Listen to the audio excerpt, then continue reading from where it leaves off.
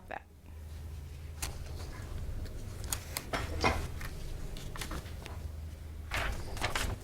Oh, yeah. Perfect. Hello. Hello. I don't know if he wants me to start or if I'm waiting. Yes. I'm waiting for the signal. I'm sorry. It was muffled. I was waiting Yes, for your signal. Starting with legal. Rock and roll. All right. So the city attorney's office provides and coordinates all the legal services for the city of Oshkosh. We have 4 people in our office, 3 attorneys and 1 administrative assistant. Honestly, when we're doing our job very well, you hear very little from us on a day-to-day basis. We coordinate all the litigation with our insurance carriers. We do the prosecution. When we prepared our budget numbers, we had about 3,200 cases in prosecution we oversaw last year. We had about 350 to 400 pretrials every year, and we do about 40 to 50 full trials in a given year. We do the resolutions and ordinances for council agendas and assist other departments with preparation of their council items and also items for boards and commissions. We draft or review the various contracts for the city. We work closely with community development on TIF and economic development projects. We've been doing a lot of work with the Public Works Department on a number of long-term projects. The one I hope to be bringing to the next council meeting is the WPDES permit. We had a contested case hearing with the DNR that goes back, we've been on and off for about 8 years with them. We finally reached a settlement on that, so that hopefully will be coming forward at the next council meeting.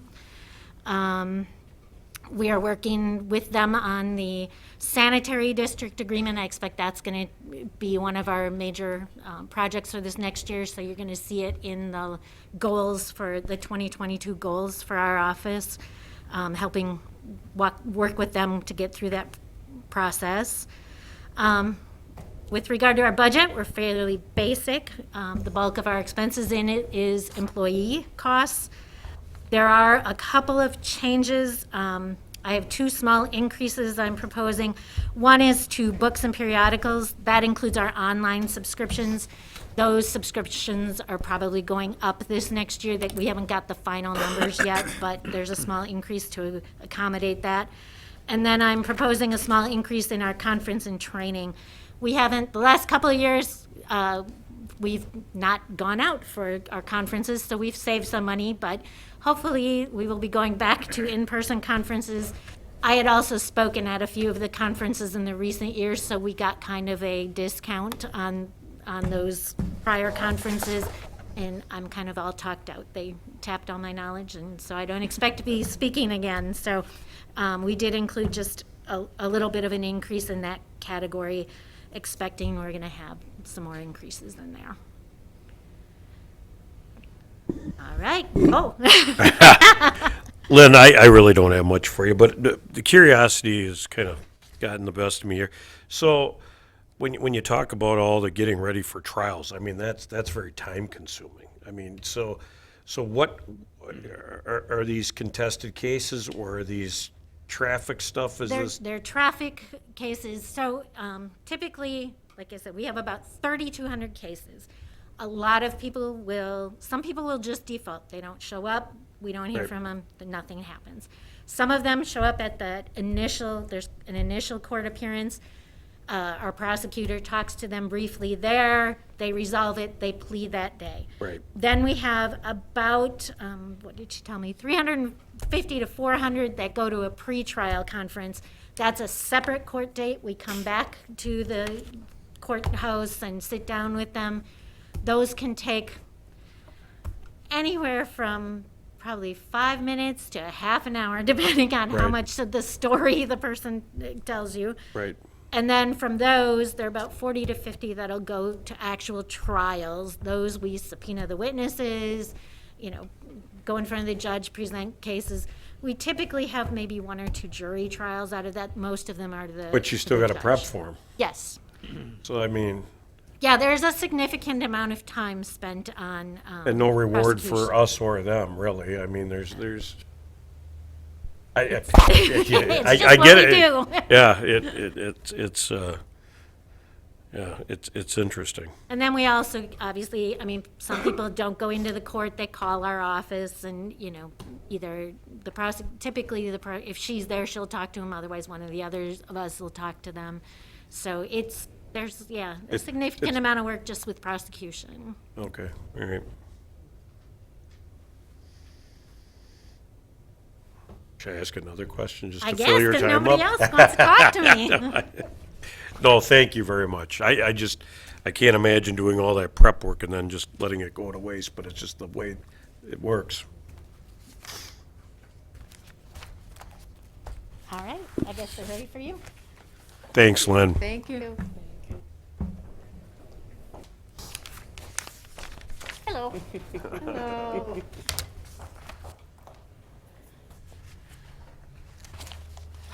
City clerk's budget is Page 83. page 83. Okay, no major changes with the clerk's budget.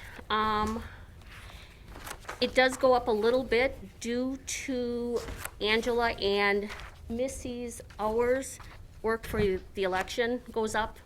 And with next year having 4 elections, that's the cause of it.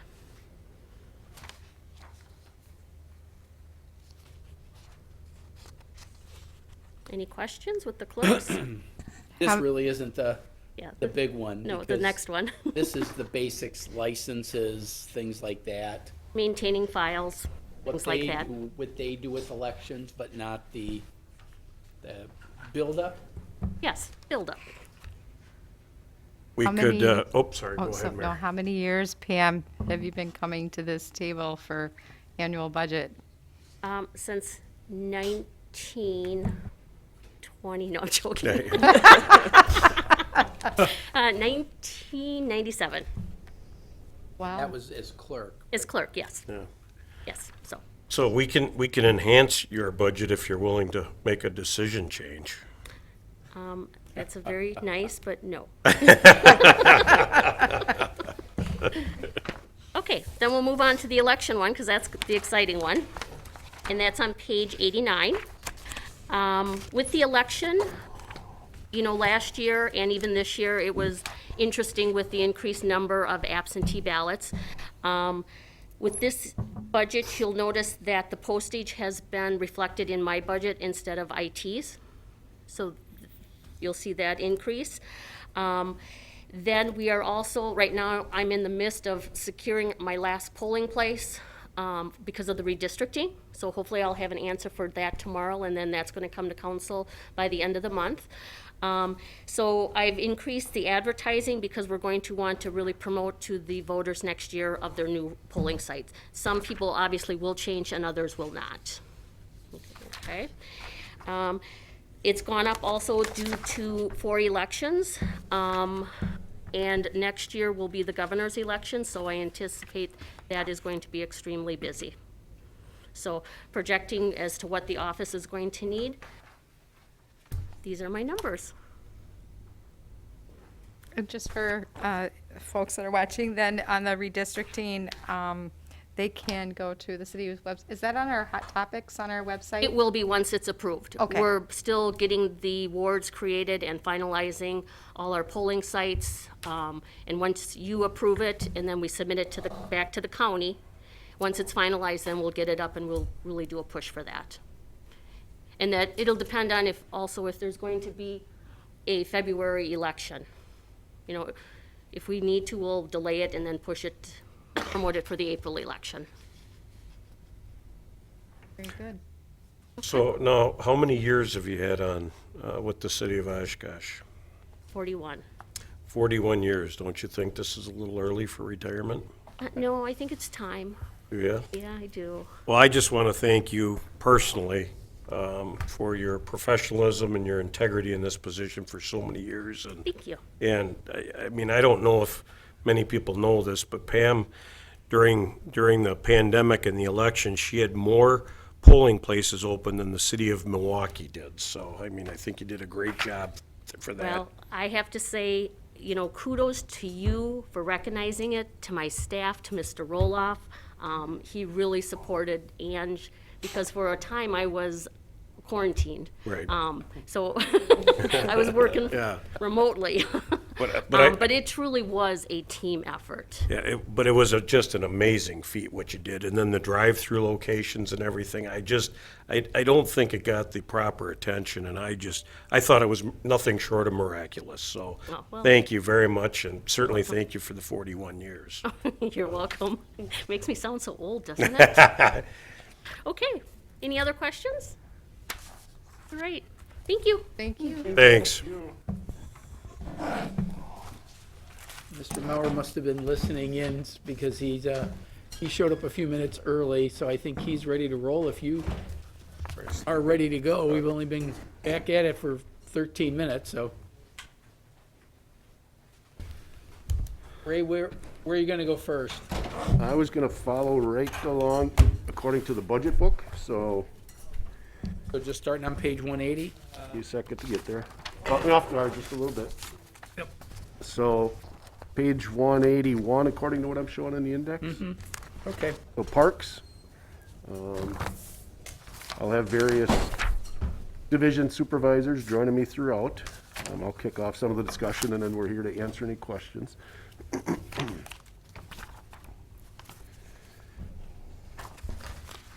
So in the Parks General Fund, we have a variety of areas that link us to the strategic plan, obviously. Biggest one is enhancing our quality of life, services and assets, improving our infrastructure, but then also strengthening our neighborhoods. As you know, we work closely with all of our neighborhood associations on projects, volunteer efforts that they do in our facilities. So a couple of different areas, just to highlight some of the accomplishments in the Parks General Fund this year. The big one being our design for our new administration operations facility. That's ongoing. We are on schedule for targeting a demolition of our existing site mid-April and construction on the new facility beginning about that time. We presented conceptually to the Plan Commission already, got favorable responses, and I know John with Cooney Architects is filling out applications for some rezoning we have to do, as well as going through the next steps with the Plan Commission. So that'll be coming forward. So we're excited for that project, obviously. Construction anticipated to go probably close to a year. So we're working on alternate locations for our field staff as well as our office staff. So we're working out all of those details. Another project that was recently completed was the South Park tennis and pickleball courts. We went from 3 tennis courts down to 2 tennis courts, but added 4 pickleball courts. And if you haven't seen the pickleball courts at Menominee Park, they're heavily used. And we've been hearing from the pickleball community that they would like alternate locations, some closer to the south side, some on the west side.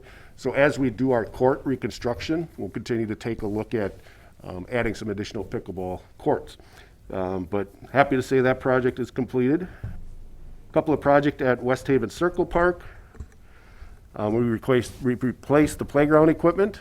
There we worked with the adjacent neighbors. There's not a neighborhood association, but we mailed out to the adjacent neighbors, gave them some of the design concepts that we had received, and they voted for their top playground choice. So that's the one we had recommended to council, and that's the one that was installed.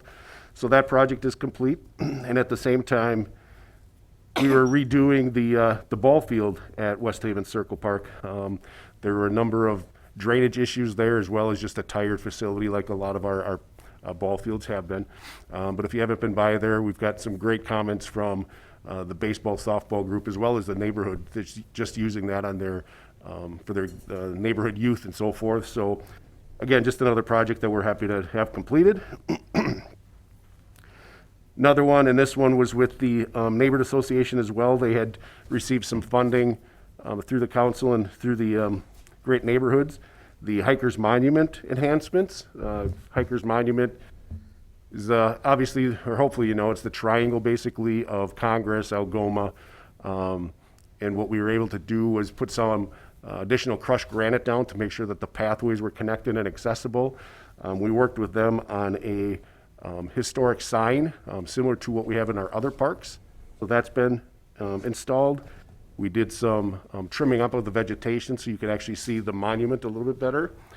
And what else did we do? There was one, oh, the flag, we had a flagpole installed and worked with our electrician to get that lighting enhanced. And so I think the neighborhood association is happy with that project.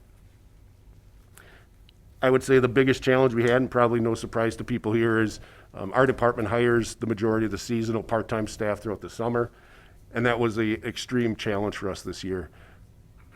We had maybe 50% of our positions filled.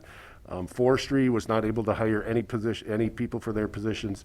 Cemetery, we probably filled 2, and parks were probably at about 50% or just less. And it's not just that we weren't getting qualified individuals, we just weren't getting applicants. So that continues to be a struggle for us. What we did do, and we worked with HR and took a look at what we needed to possibly do to be competitive in the market.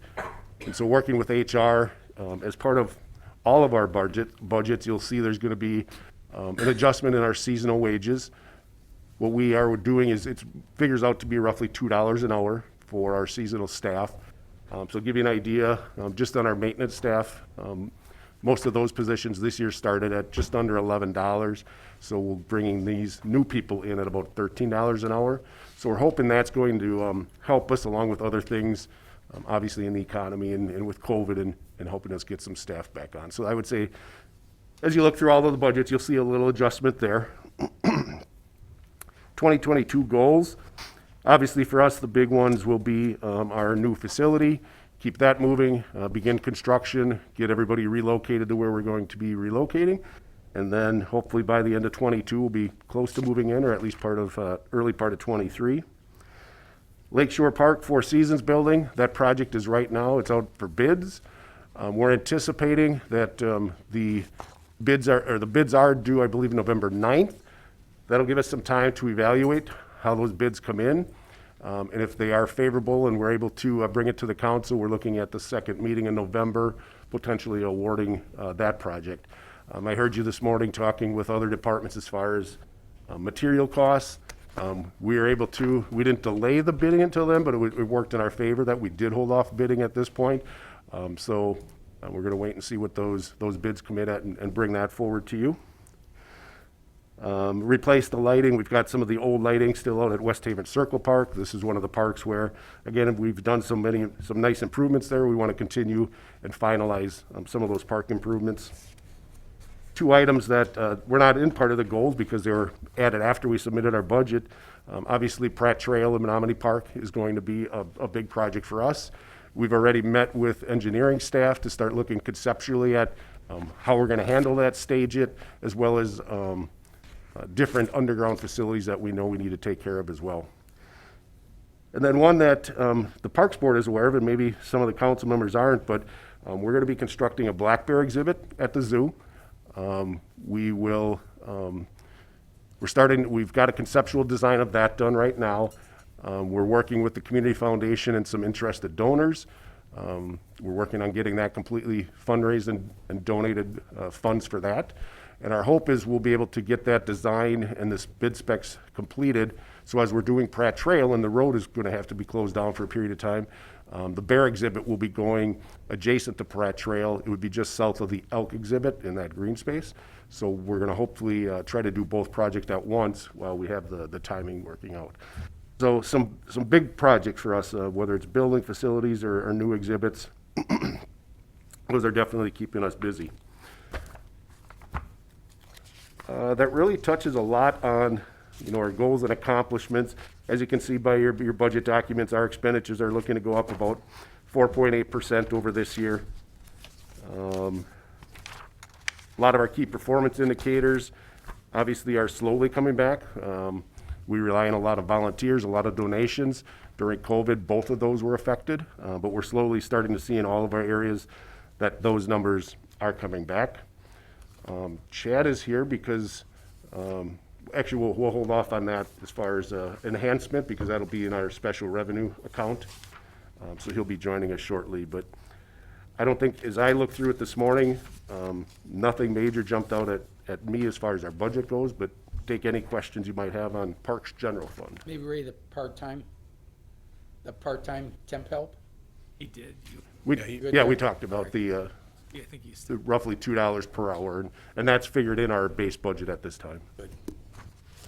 Ray, speaking of KPIs, it's been a couple of years where we've talked about, relationships between the KPIs and the mission. And, when we talk about the mission of the Parks Department, City of Oshkosh seeks to provide a park and rec system that will meet the needs of our current residents and future generations. Preserve and protect the city's open space, water, historical, and natural resources, and provide a park and rec program that's designed to enhance the city's quality of life. Do you see a need to align some of the KPIs more along the lines with the mission statement, for example, acres per population maintained or users served, how much water protection is going on? Because I've never quite understood the KPIs as to the number of volunteer hours or donations as it relates to the mission. I mean, obviously, those things fiscally help, but what are your thoughts on that? I think we are going to be taking a look at all of our KPIs as we work with HR on developing the KPIs for DEI. And I know that they're looking at other communities for benchmarking and some of those different benchmarking KPI items that we'll fully take a look at these. I think going back to, these were some of our initial KPIs when the city first started getting into this. And for us, as you can see throughout all of our divisions, through senior center and everything, volunteers and donations play a large role in what we do. So that was a focus that we had to share that story with the council as well as the community. So I think as we get into this next step of benchmarking and KPIs, that's something we'll take a look at as far as, like you said, aligning it more with the mission, but also seeing what other communities are doing as well. So that's a pretty big expense with the new parks building. Do you see that as being able to inform those KPIs as relates to potential future ones, the acres per population maintained, users served, and how does the Parks Department, community question here, protect the city's water? I think we protect the water by a lot of things we do along the waterways. We obviously are working with, up on Ames Point, doing the pilot program with that group and trying to encourage the community to take a look at that and do that if they have water access. We work with, obviously, stormwater on a lot of their facilities, whether it's South Park or up on Mary Jewel, working on cooperative projects with them. So I think those are just some larger projects that we work on as far as water quality, but certainly some of the ones that I can think of offhand. And do you see the number of acres of parks in the city as being climate mitigating and protective as well? Yes, and the mayor knows because Bill Sturm presented a urban forest canopy project that he worked on with the DNR about 7 or 8 years ago now. And it's something that Bill is going to take a look at as far as getting some updated study done on that, but definitely things that we do throughout the department, whether it's green space, forestry related type activities. All those activities help with the stormwater management as well as the environment as well. And you guys already know this. I mean, I think everybody is pretty familiar that last year we saw a big uptick, right, in the use of our public space. Do we have any way of measuring that outside of the zoo? I would, the only quantitative one that we had recently is actually through East Central Wisconsin Planning Commission. We worked with them to put some pedestrian counters on the new Lakeshore Trail, and they put counters on our section of the Lakeshore Trail, or our Lakeshore Trail. They put counters on the Tribal Heritage Trail, as well as sections of the Wheel Wash. And I don't have the numbers here, but just that section of use of Lakeshore, there were more people using that section than even the Tribal Heritage Trail. So we know people are out in the parks. We don't have a number per se for the number of people that were in Menominee or South Park or any of our neighborhood parks, but we had a lot of people tell us, Jenny ran some hide and seek, some type of games throughout the parks during COVID, encouraging people to get out and explore our parks. So I think what we tried to do was make people aware of the Tech Millers, the West Haven Circle, and have them going out finding Susie Snowflake or some of those activities that Jenny did. But in Menominee, I know our staff, just being out there daily, they shared with us that they have never seen that many people in the local parks. And that's very typical. That's typical nationwide and statewide from what we saw in the state parks as well. So, yeah, they definitely found that they had a safe spot there, even though some of our facilities that we remained closed for a while. I would say it was our busiest year that I can recall as well. As far as the numbers, we don't have that, but we can see it in our boating. Our boating revenues are up.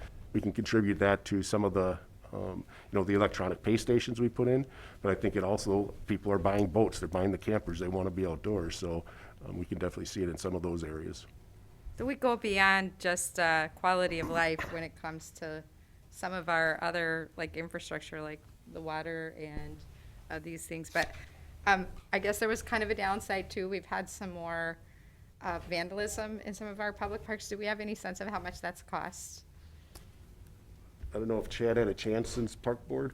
We could I share know that. we talked about that Yeah. Monday, and it's been very brief, but. Unfortunately, we really saw an uptick of that last year, and the number of youth that were out there and probably less things to do. We had a number of youth issues that we worked on with the police department. We've been fortunate that we've been working on getting security cameras in a lot of our facilities. When we do our building renovations, we're now putting security cameras in. Any new facilities, we're putting security cameras in. This year has been as bad as well, and fortunately, we've been able to use that new security camera system to apprehend some. We rely heavily on the neighbors, our neighborhood associations, to let us know that. But I would say it has been, if not a daily occurrence, a couple times a week this year. Just last week we had, or within the last 2 weeks, we had attempted arson, some fires at South Park at the new restrooms. And this was, I believe, on a Sunday morning at about 8:30. Chad was able to work with the police department to get access to our security camera. I think police have some suspects. Unfortunately, they're teenagers, they're young teens on a Sunday morning coming down to the park shelter and starting things on fire and tearing things off the walls. So we can definitely share that number, and it's something we want to make sure that we're tracking because that reflects in our budget. When you see our supplies and expenses or miscellaneous items coming in for more, it's a lot of the things that are getting torn off the walls or fire started and having to repaint things, and we're seeing a pretty good increase in that. And didn't we have to close the leach to the public during the day because of some vandalism also? Yes, there were things happening, whether it was overnight or daytime, that was happening daily, and our staff, we kept cleaning up and removing items, and finally Chad and I just made the decision we had to close it at this point because we were spending too much time there, and we didn't have the staff to take care of it this summer, so we had to make a decision on that. And that all gets reflected here, as you said. Thank Right. you. Anything else, Parks General? We can hop right to Forestry, which is 188. I'm gonna have Bill come up, and once we get done with Forestry, Bill has two other ones that we'll just jump to, so while he's here, we'll cover those.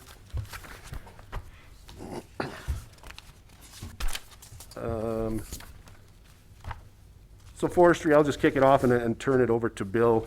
The big thing I think you're gonna hear from Bill is Emerald Ash Borer and how that is really taken over the city over the past 9 to 8 months, or 8 or 9 months. How he's looking to handle some of that, as well as some of the other challenges that he has. He does have a budget enhancement of adding a full-time staff member. It's been quite some time since we added anything in Bill's area of landscape operations. Bill's not only in charge of forestry, but also the Riverside Cemetery and landscape projects throughout city facilities. I haven't had a chance to talk with Bill on this, but I met with Bill Wyman and Carlene at the foundation last Friday, talked about a number of initiatives. And dealing with emerald ash, not only are we concerned about taking down the number of trees we have to take down, but to try to replenish that forest. So talking with Bill and Carlene, and I think Bill will sit down with them shortly, we're looking at a second phase of the Taking Root Fund, kicking that off through the community, explaining the importance of removal of the EAB, but also the importance of replacing those trees. So we're gonna have those discussions very soon with Bill and foundation staff, but take it away, Bill. Okay. Yeah, thanks, Ray. Yeah, EAB has been the big issue for us. So we've have well over 1,000 trees that we're actively working on taking down. We've been treating for protection on a number of, exactly 600 trees over the past 8 years for protection. Those are some of the better quality trees that we felt. But treatment is expensive and it has to be ongoing forever. So we kind of selected a group of trees that we wanted to preserve a little longer to buy ourselves some time. Consequently, we've got to take out quite a vast number of trees throughout the park properties, cemetery, and right now our emphasis is on the terrace trees that we need to mitigate as soon as possible, just for protection for the public who traverses the streets or sidewalks. The emphasis on our tree planting program has been species diversity over the last probably 10 years. So we're trying to bring in some other species so that we don't set ourselves up for another potential problem in the future if another insect or disease affects a specific species. So that's kind of the route we've been taking with a lot of our grant applications.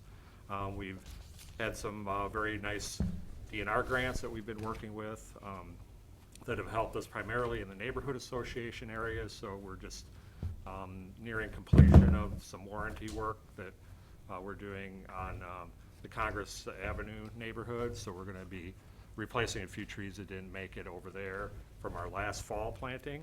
And then we're going to be working on some other replacement projects, primarily due to ash tree removal that we've done in previous years. So got a very supportive community foundation, which will help us with some of that. And they're certainly on board with the species diversity idea. And so this next phase of our tree pruning cycle, we'll be working on some ash tree removal in some of those zones, as well as the normal pruning work that we do annually. So everything we've done, we capture in our GIS platform so that we can monitor the tree's health through that program, plus enable ourselves to better protect ourselves from catastrophic storm events, so we know exactly what we've got. So we can, God forbid, if we do have another catastrophic storm like we did in 2001, we have some way to determine exactly what was lost, and hopefully we can acquire additional funding to replace. So, any questions? Do you happen to know how many trees are in our tree inventory that we capture in GIS? Like, is there a rough number that you? We've got around, I don't have the exact numbers with me, but about 12,000 terrace trees and probably another 20,000 on park properties. So I don't have all of the park properties inventory just because some are more natural sites. I've got some of the bigger parks, collected. Areas that are difficult are like North High Conservancy. Some of those other outliers, but we've got a pretty good inventory. South Park has changed a bit since the construction, so I don't have all that updated yet, but we've been replacing a lot of trees there too, so. And we don't have a sense yet of how many we've lost since that last analysis that we got from the DNR in 2013, but that's something that I know Parks Board and yourself and Ray are working on. So I guess, citizens can be appreciative of the investment here and how that, again, impacts the carbon sequestration and climate, as well as our, obviously, air quality and stormwater management, right? Yeah, I mean, trees are a great way to capture stormwater.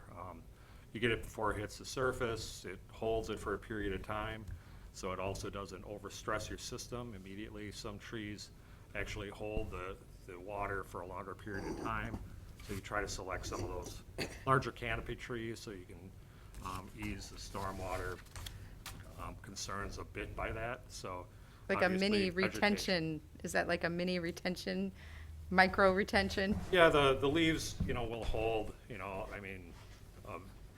many gallons of water initially.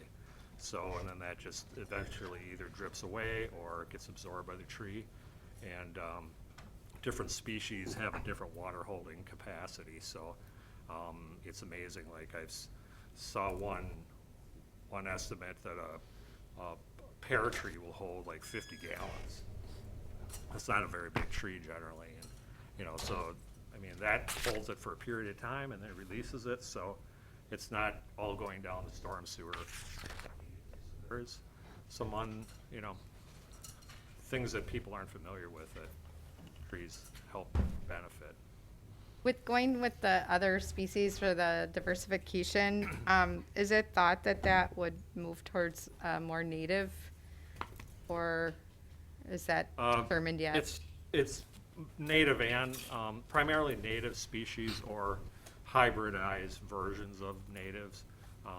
It's often difficult to grow some of the true natives in a terrace situation just because they don't have the built-in protection from insect and disease. So we'd rather put in something that's going to be successful. So some are hybridized, but you still would utilize sugar maple, swamp white oak, traditional native type species. It's just that some of them have, we use a lot of autumn blaze maple, which is technically a hybrid, just because they breed them for less seed bearing in it, just so that we don't have all that, all the helicopters everywhere either, so. I know a lot of people are excited about our tree program, and I think we're doing pretty well in comparison to some of the other communities, from what I understand. Yeah, I think Bill's been tracking that as well in terms of how we're doing, but we lost a lot of ash trees this past year. Yeah, I mean, in 2001 was a bad one too. We lost over 8,000 public trees, so, that put a big dent in early, and then, had been rebuilding since that event, and now to lose ash is another problem. So, you just got to keep, putting in the new trees and try to be successful with that, and it's an ongoing process. It's not just plant them and call it good, so we've got a lot of effort that is involved in maintaining those, especially when they're young trees. Takes a lot of effort on our crew's part to get them into good form, good structural form when they're young, so that they, survive well under storm situations and that sort of thing as well. Thanks. And I think that question and Bill's response, as far as the work it does take, after planting, as far as, maintaining the roundabouts and other things that Bill and his staff do. So Bill does have a enhancement request for adding an arborist position, and you can speak to that a little bit, Bill, if you'd like. Yeah, I've been here 19 years now. We've always operated with 4 individuals on staff. About 20 years ago, the horticultural program moved over into the forestry division. And so at that time, it was primarily just maintaining, installing and maintaining the flower beds throughout the parks. As landscape industry has evolved and people's expectations have changed, there's more and more emphasis on more full-on landscape development, and you'll see that in a lot of our parks, a lot of our traffic islands, roundabouts. Every new parking lot that we build has a landscape aspect to it. So consequently, 2 of my 4 full-time people in the division have been concentrating mostly on the landscape end of it. So that takes away crew time from our core duty, which is maintenance of the trees. So essentially that leaves us with 2 guys or 2 people to maintain the trees. And in the winter, then the horticultural duties or the horticultural staff will step on to help us with a lot of the pruning work too. So we've been keeping up okay, but it seems that there's a lot more service requests, click fix, or different calls that we get through transit or the police that there's a stop sign obstructed or stoplights. We've got a lot of construction-related work that we mitigate. So we really feel that it would be in our best interest to better serve the community to add another staff member to help us with that. We'd like to be more proactive with our pruning work and mitigation of things that we notice, but it's all kind of been sort of this juggling of priorities. So think it's, you know, for our community and the size of it, the amount of material we maintain. I think Appleton has 16 arborists. So they're a little bigger as far as inventory, but, you know, we're operating with this or seasonal. So kind of a tough go to keep it up well. And I think what I'll add too is Bill and Chad, with our various divisions that they oversee, over the last 5 years or so, I'd say they have really done a nice job of cross-training and cross-utilizing staff. And whether that's at the cemetery or when we're removing a lot of these trees, if in the fall when our park staff becomes available for a couple days, they'll go out and help do some of the stump grinding and topsoiling and seeding. But then in return, Bill's staff might be called on right before the pool opens to come up and help Chad and his staff get that up and operating. And it doesn't stop in those two areas. With the senior center, we're able to help out there a little bit more on some snow removal, as well as some landscape maintenance. So they've done a good job on getting staff where we're prioritizing, as Bill said. But it's to the point where I think we're losing sight of that proactivity and being able to stay on top of the things that we really need to. And you'll see that in some of the comments from the public and, you know, the C-Click fix and other areas. So it's definitely a small staff and a lot of responsibility. So, and it really became apparent this year with the less seasonal staff we had, where we had to have the full-time staff members taking care of a lot of those, watering the flower beds and watering new tree plantings, where we typically would have a seasonal staff member do that. So it was exacerbated this year as well. Yeah, so the arborists have jumped over and doing mowing operations as well as the cemetery, since we're shorthanded there. Today they were assisting with cemetery cleanup, you know, so they, you know, we've been crossing over quite a bit, you know, just to try to keep every priority in check, you know, but, you know, I think it's, there's a lot of additional needs that I feel that we have within the department, and you know, as the city grows and more landscape features are factored in, I think it certainly be good to provide a higher level of service and detail to some of these plantings. I think they are a great asset to the community, and I really believe that helps draw people to our community as well. So if you've got a good-looking landscape, good-looking trees, you know, I think it means a lot, and plus it's a safer environment for the public as well. So. It's complicated. You know, we've got a lot of, as I mentioned, insect and disease issues that we deal with, but just the maintainability of the landscapes is important too, because we don't want to build landscapes that take a lot of, you know, excess time to take care of. We still want it to be pleasing sites, like the new community playground in Menominee Park, for example. We want it to be a nice, appealing place for people to visit, and landscapes an integral part to that. Thank you. If there's nothing else on forestry, if you don't mind, we're going to jump ahead to the Riverside Cemetery, which is page 301. And we can take care of that while Bill is up here.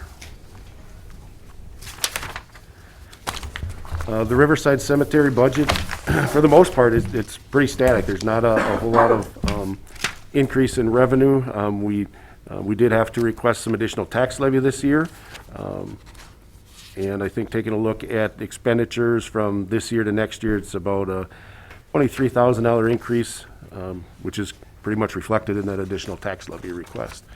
So Bill, if you want to take it over. Okay.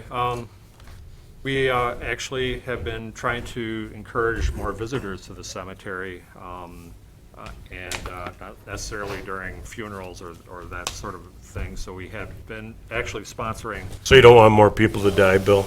Well, we don't want to meet them for the first time at that point, but we have, you know, really been actively trying to get people familiar with the property and let them know that we do have spaces available, because that's a lot of our revenue is the sale of burial spaces, and a lot of people see that it appears to be a full site, but we actually have a lot of availability there, and it's a pretty good value. Kind of within like the police, know community. us before you need us. Right.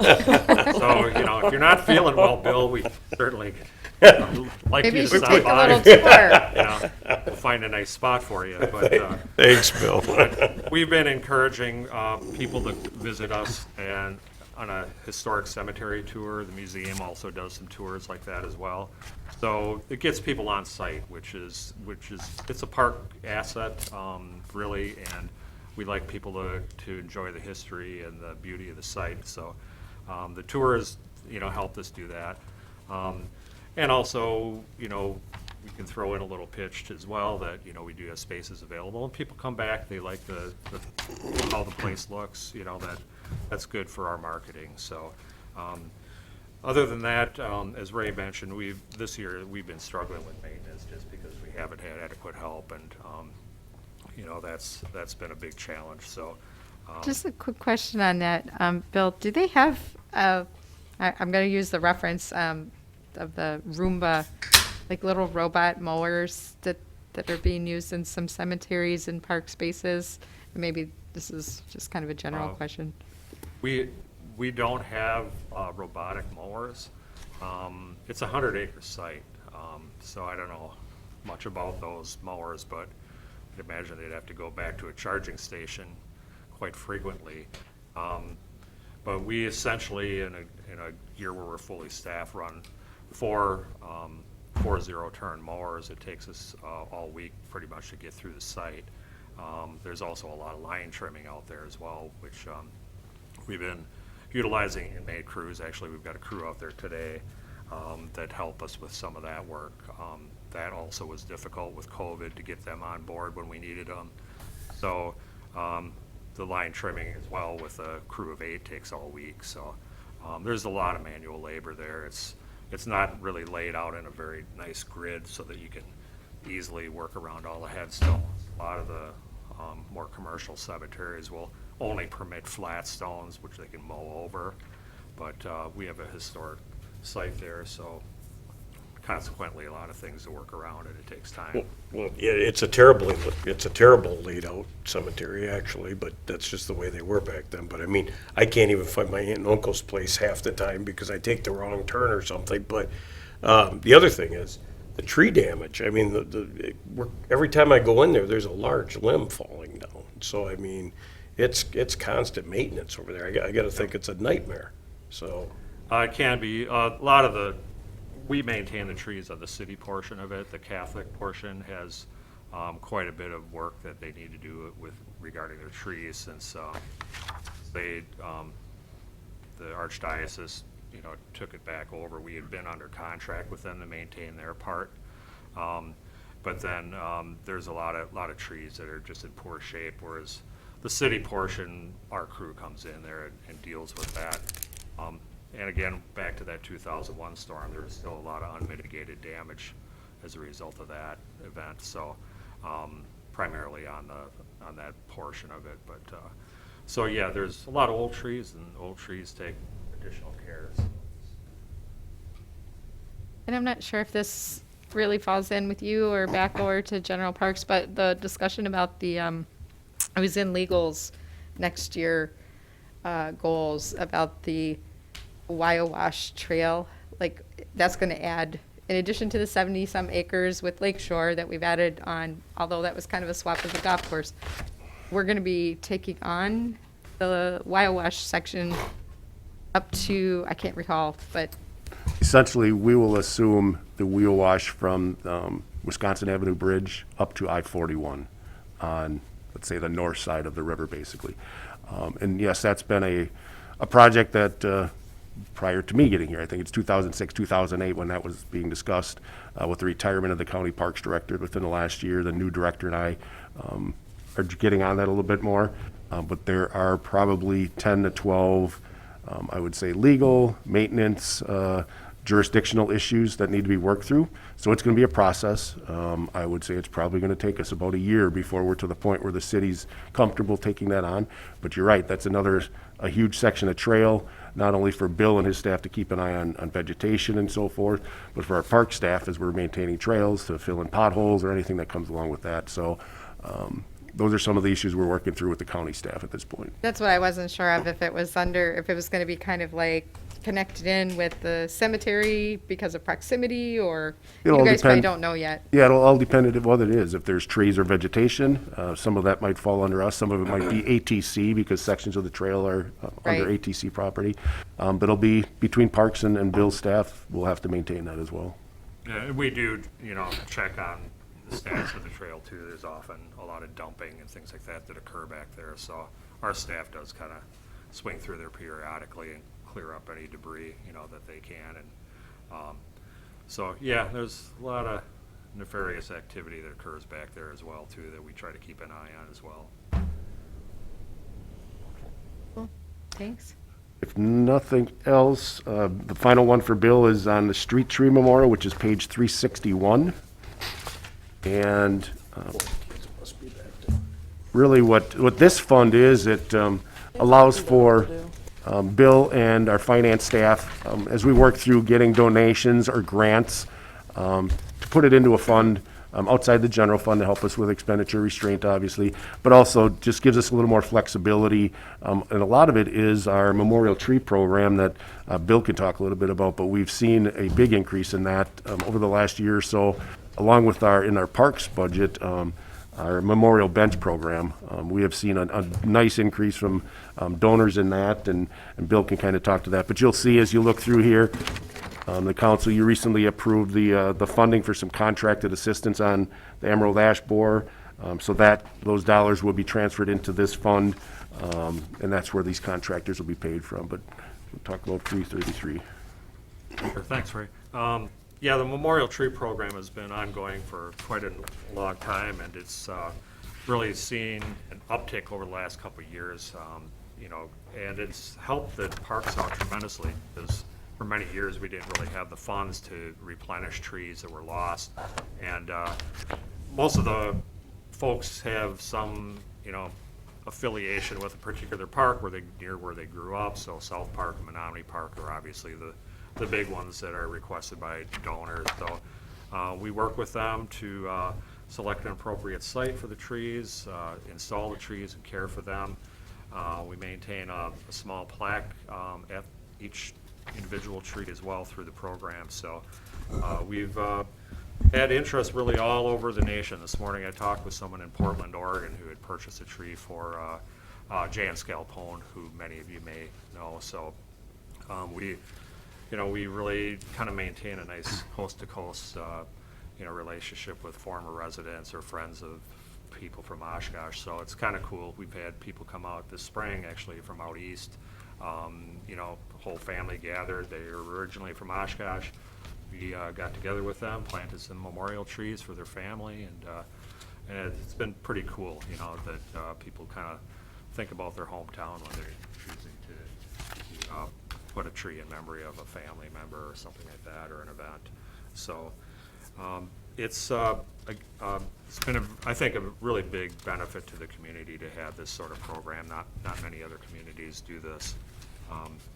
As Ray mentioned, we also use this fund to kind of transact some of our DNR grants, since we often can take in money through this account. So you'll see some of that in and out, historically. So it kind of a big plus for us when we're applying for grants to have an active account that we can manage this with, because there's all the DNR grants are 50% cost share, so you have to show funds to gain funds. So that's helped us operate those type of programs for a number of years. So that increase you see in the budgeted grant and aid revenues, is that a specific DNR program for this year? The 50,000. Yeah. That's actually what we transacted last week as part of the Emerald Ash Borer mitigation, where we're hiring a contractor two contractors to help us with that. So that is the $21 and the $22 that will essentially help us deal with that particular contract. Awesome. Thank you. What is the cost for a memorial tree? It says that we did 26 last year. It's $400.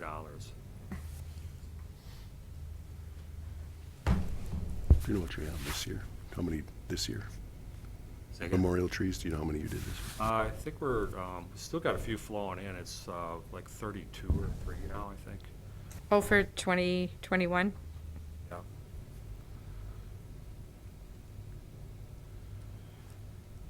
Yeah, it's interesting, you know, because you even get into the winter months and people from elsewhere are ordering these trees and want them in like right away. It's like, well, Like we've some- got snow on the ground. Isn't it like 6 months typically or something like that? Yeah, I do a once spring and a fall planting, so we're able to accommodate them within a 6-month period. And that's what it says on our brochure too, that we'll get it done during that time frame. If there's nothing else, I'm gonna let Bill leave and we're gonna transfer over to Gene.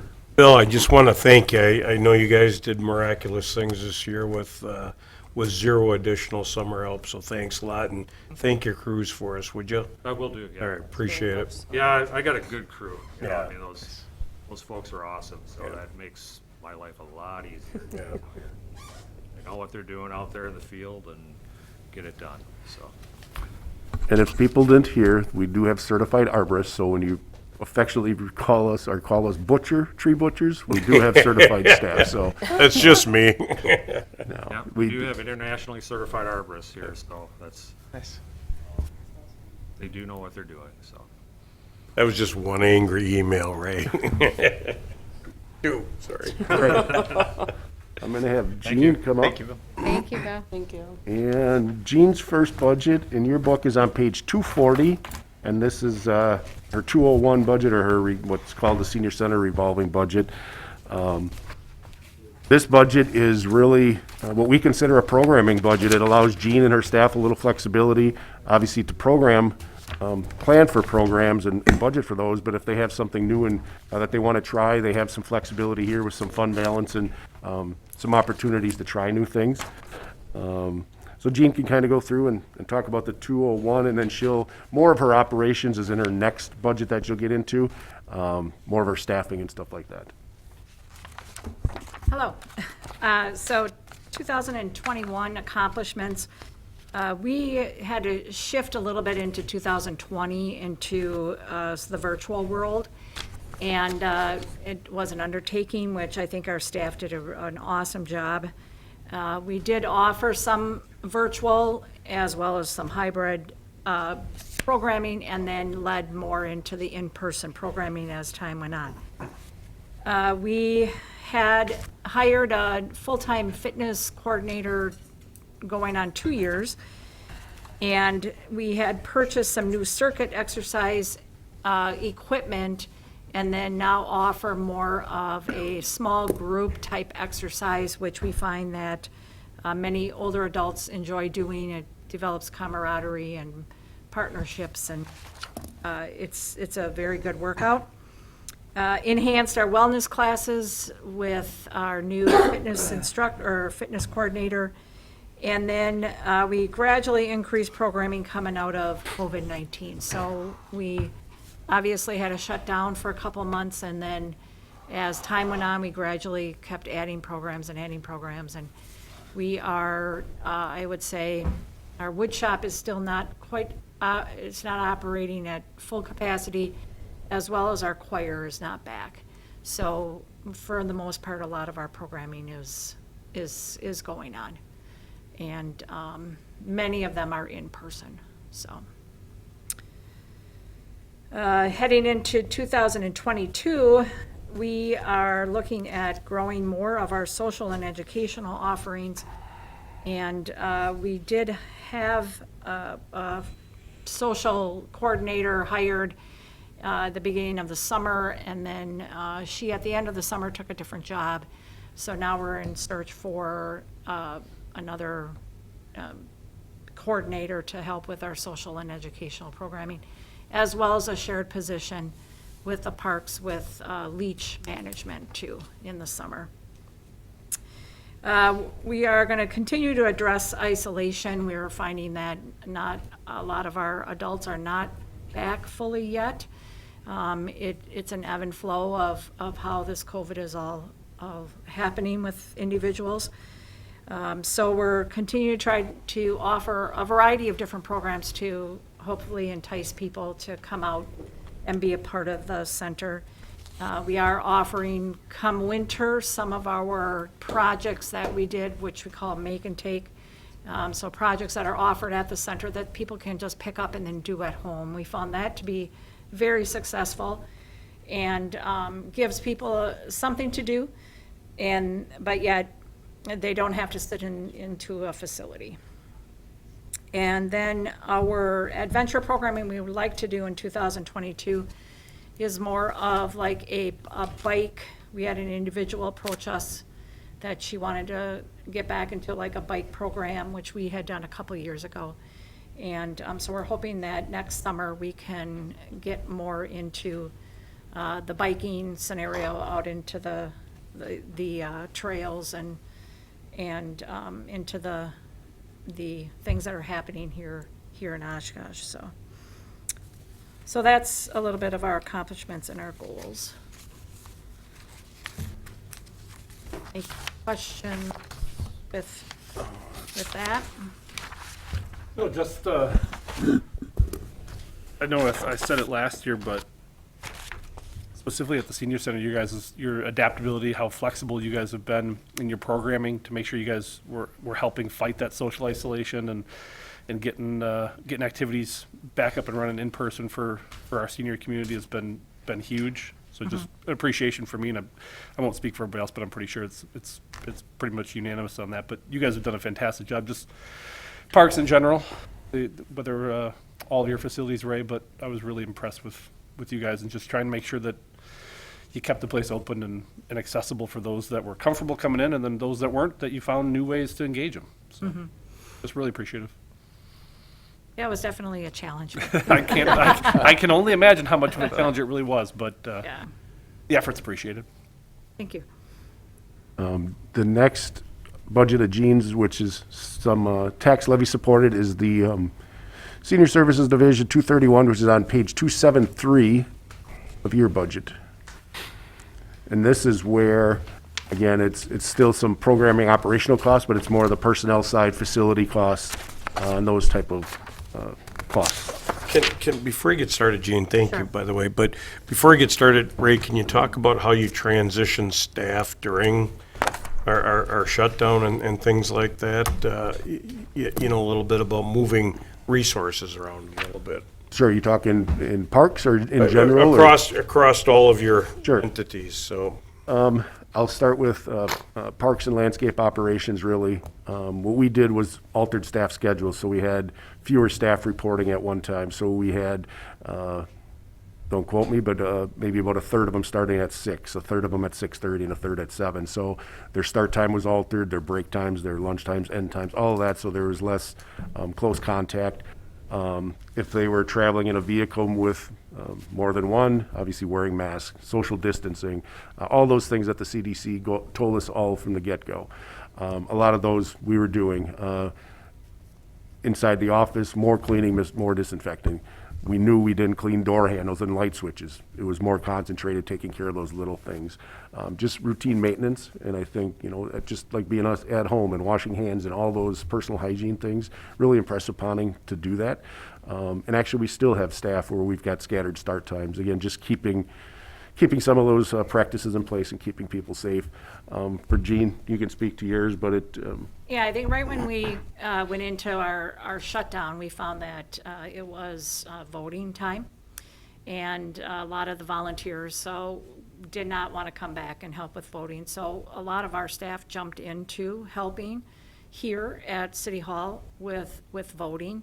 Our facility individual that is at the center jumped into helping in other facilities, police department here, and then also a couple of our staff went and helped with the parks.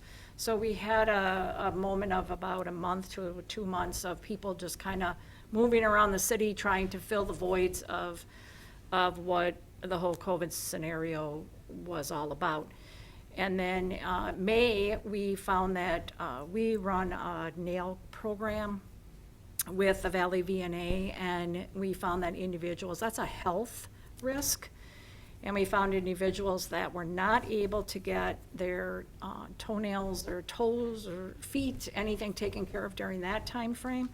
So we opened up our doors, and many individuals, well, we had to staff that to help with a lot of the cleaning and the shifting of people. And so as time went on, we all kind of took on a lot of different roles and just helping with wherever anything was needed. And that's a testament to a lot of the staff that we have, that we're able to move around and help and fill the voids. And the voting was a lot of fun. And now we also shifted what we do with voting at the senior center. So it's hopefully a safer environment, cleaner environment. People come in, they vote, they leave. So we made some of those adjustments too to help with that aspect. So I guess, did that answer your? Well, more question? than answered it, Okay. but I got wind from a few senior citizens on what was going on and things in the toe and nail program I was a little bit familiar with. So just an outstanding job. Seriously, to all of you, please let your staff know, thank you, thank you, thank you. I heard they just did an amazing time this last year, so. Just a real quick story, because Gene reminded me that we did have senior center staff. If you recall, at the zoo, we limited it to 50 people at a time, and so we had somebody there as an attendant. So Jean was there at times, and her staff would rotate in with some of our staff. We had some library staff out in the parks helping to pick up trash, pick up certain things. But an interesting story, we had one of Jean's senior center members who we called over and had him helping out in the parks, maintaining and doing things at the leach. An opening occurred, and he found out he likes working for us better in the parks, doing more hands-on type things. And we hired him away from Gene, and he's now a full-time parks maintenance worker for us. That's great. So, Well, that's a little bittersweet, isn't it? Still hasn't forgiven you for that. no, I think it just goes to show, again, we provided an opportunity for a current staff member. He found out it's something he really enjoyed, and we got him into a position that he fully enjoys a little bit more than what he was doing by Gene. So I think it was a good success story for us. I just think the flexibility that you guys showed and the initiative to not just go with the norm and shut everything down just speaks volumes to your staff and Chad's staff, Jenny's staff, everybody's staff.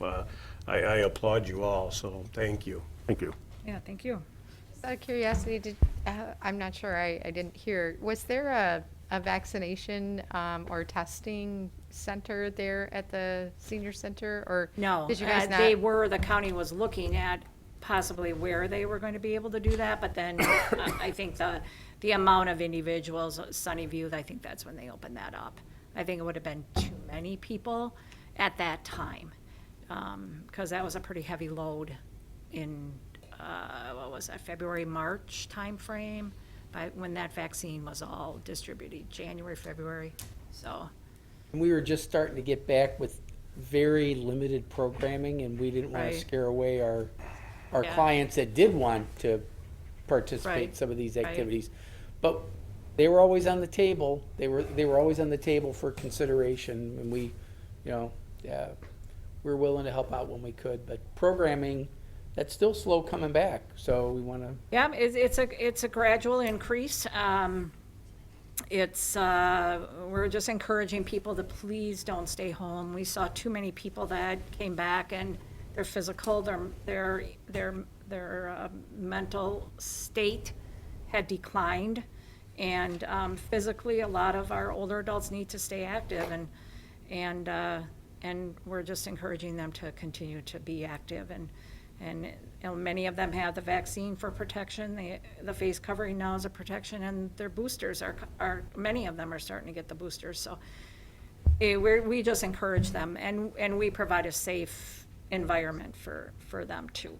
So we're just plugging away to keep everybody as healthy as we possibly can. So I personally was looking forward to going to the woodshop orientation, safety orientation for first-time users.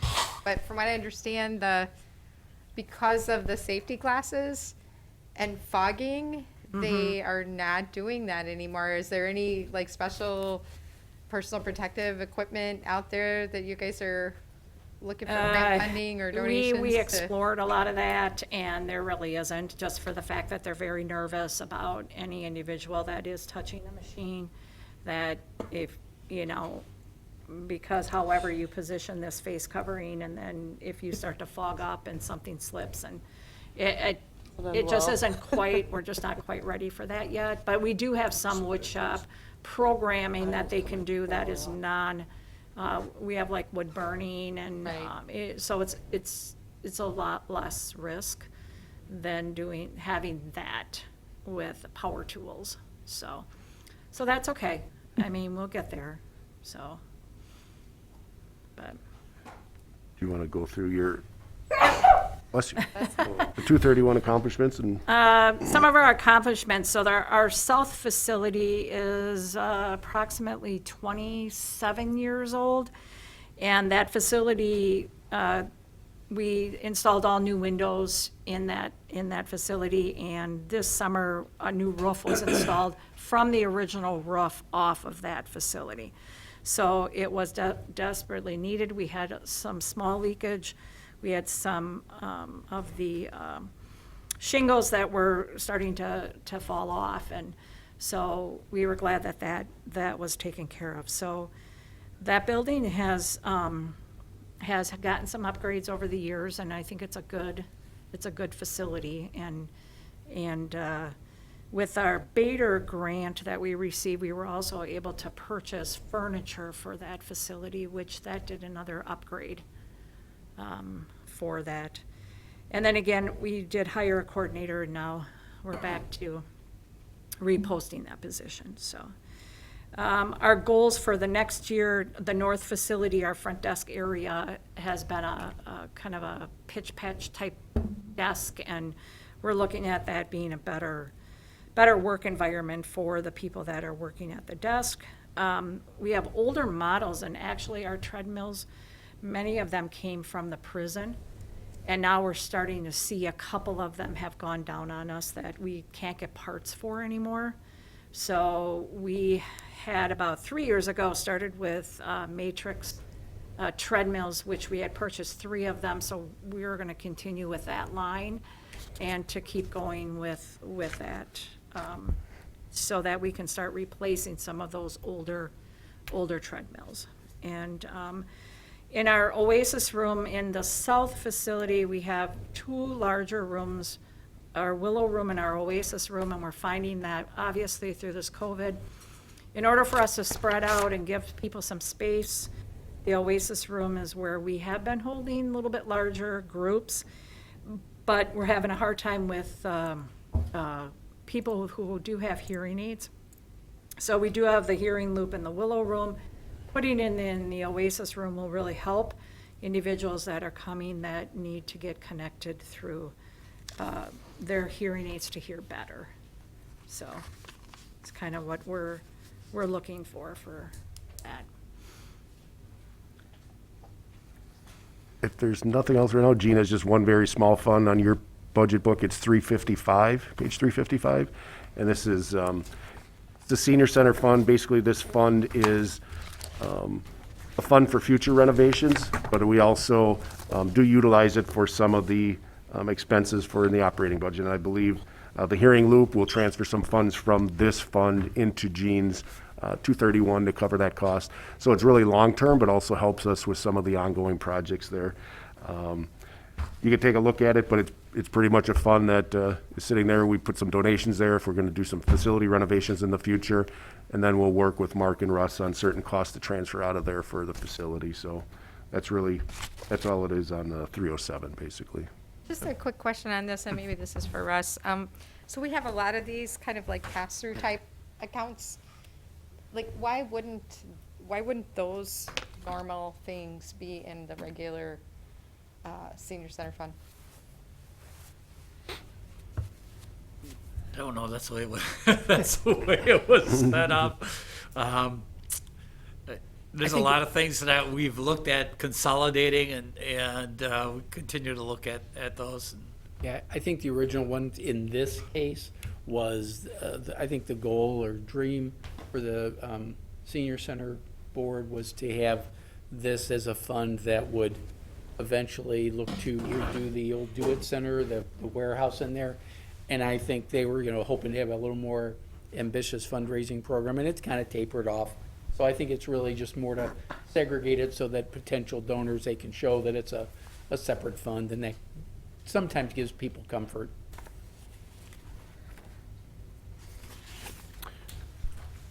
All right, Thank you.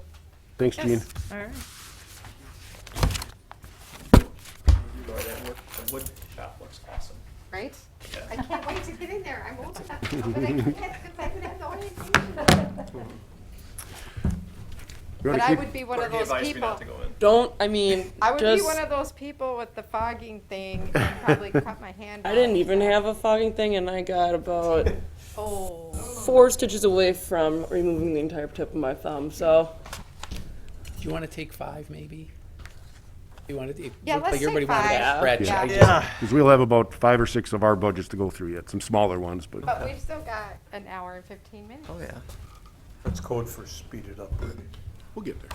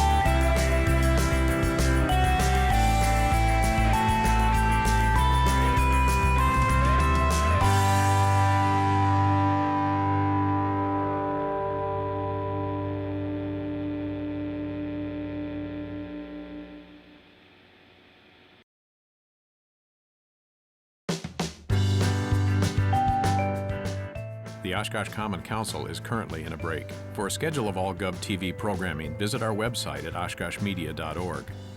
This is GovTV, opening accessibility and understanding of local government, helping you to be informed and involved. Also streaming live and on demand. Yes, page 309 in your book. So it's Parks Revenue Facilities. And just to give you an idea, and you probably saw it as you look through, but we have a number of different facilities and events that we have in this project, or in this account, essentially set up as their own separate projects. So we have the Menominee Park Zoo, all of our boat launches, the amusement ride, Miller's Bay program, the concessions at Reitz ball fields, all the special events that are operated through the zoo area, the Lakefly Cafe, and then Lakeshore Park. So a variety of facilities and park areas. 2021 accomplishments, I'll kind of go through, and then Jenny she took care of a lot of these, and she can talk about some of those, but basically expanded events and programs at the zoo and the amusement center at Menominee Park. We secured and introduced an eagle to the new eagle exhibit at the zoo. Wildlife Wednesdays program at the zoo was offered weekly from June through August. And then Jenny was secured sponsorships to cover costs of most of the events at the zoo and amusements. And hopefully you've heard about the beer garden, Brews on the Bay. Successful program that we were able to try this year, and I'll kick it off and let Jenny talk about some of the programs and then get into some of the goals, I guess. So we'll start with that one, the Brews on the Bay. That's something that we had planned in 2020 and unable to do because of COVID. So we kind of got kicked the idea around with a lot of the local breweries, really wanting to see something like this. So we did, it's called Brews on the Bay in Menominee Park. The area between the amusement center and the Kiwanis shelter right on the bay there. So we had the different breweries come down. They all featured a different kind of brew, also domestics, and then some yard games and things like that too. So it was the second Wednesday of each month, June, July, August, and September. So the first one was phenomenal. It was great. We have a small band playing. People just come in and socialize. They bike there. They can come in on a boat, or they can walk there, or however they get there. But just really great to see just people out and just visiting. And it's really a perfect area as far as the summer goes because it's so tree shaded there. So everyone kind of found their little spot under a tree. We weren't able to do some things we wanted to do this year. We would do things like face painting for the kids and some different activities, but with COVID, we didn't do all of that this year. But they were great. Two of them, unfortunately, had to be rescheduled due to rain. So when you have a rescheduled event, sometimes it's not as great as the first one, but... I disagree. We only had to cancel one event, but your parks director made a very bad decision in canceling the second event. You can blame that on Chad and I, because we would have made the call. One, there was a tornado warning. It did not hit, but I think it's a relevant reason to cancel an outdoor event. So, but so that was a great new, and part of that is to really kind of let people know about that area, that amusement area, and looking at how we're going to kind of redo that area to be more utilized for things like these. So. That's something that people really enjoyed this year, and we definitely are looking at, increasing those for next year.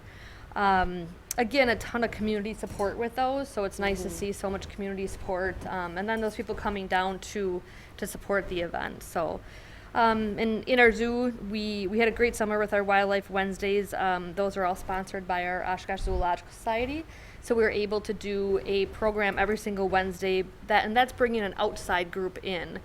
To run a program for the kids. So we have programs every single day that our zoo education coordinator does, but these are kind of programs that we more bring in experts from different areas and organizations. So, and then of course at our amusement center, we did our Bubble Bonanza over there and some different events over there that are always well attended as well. So.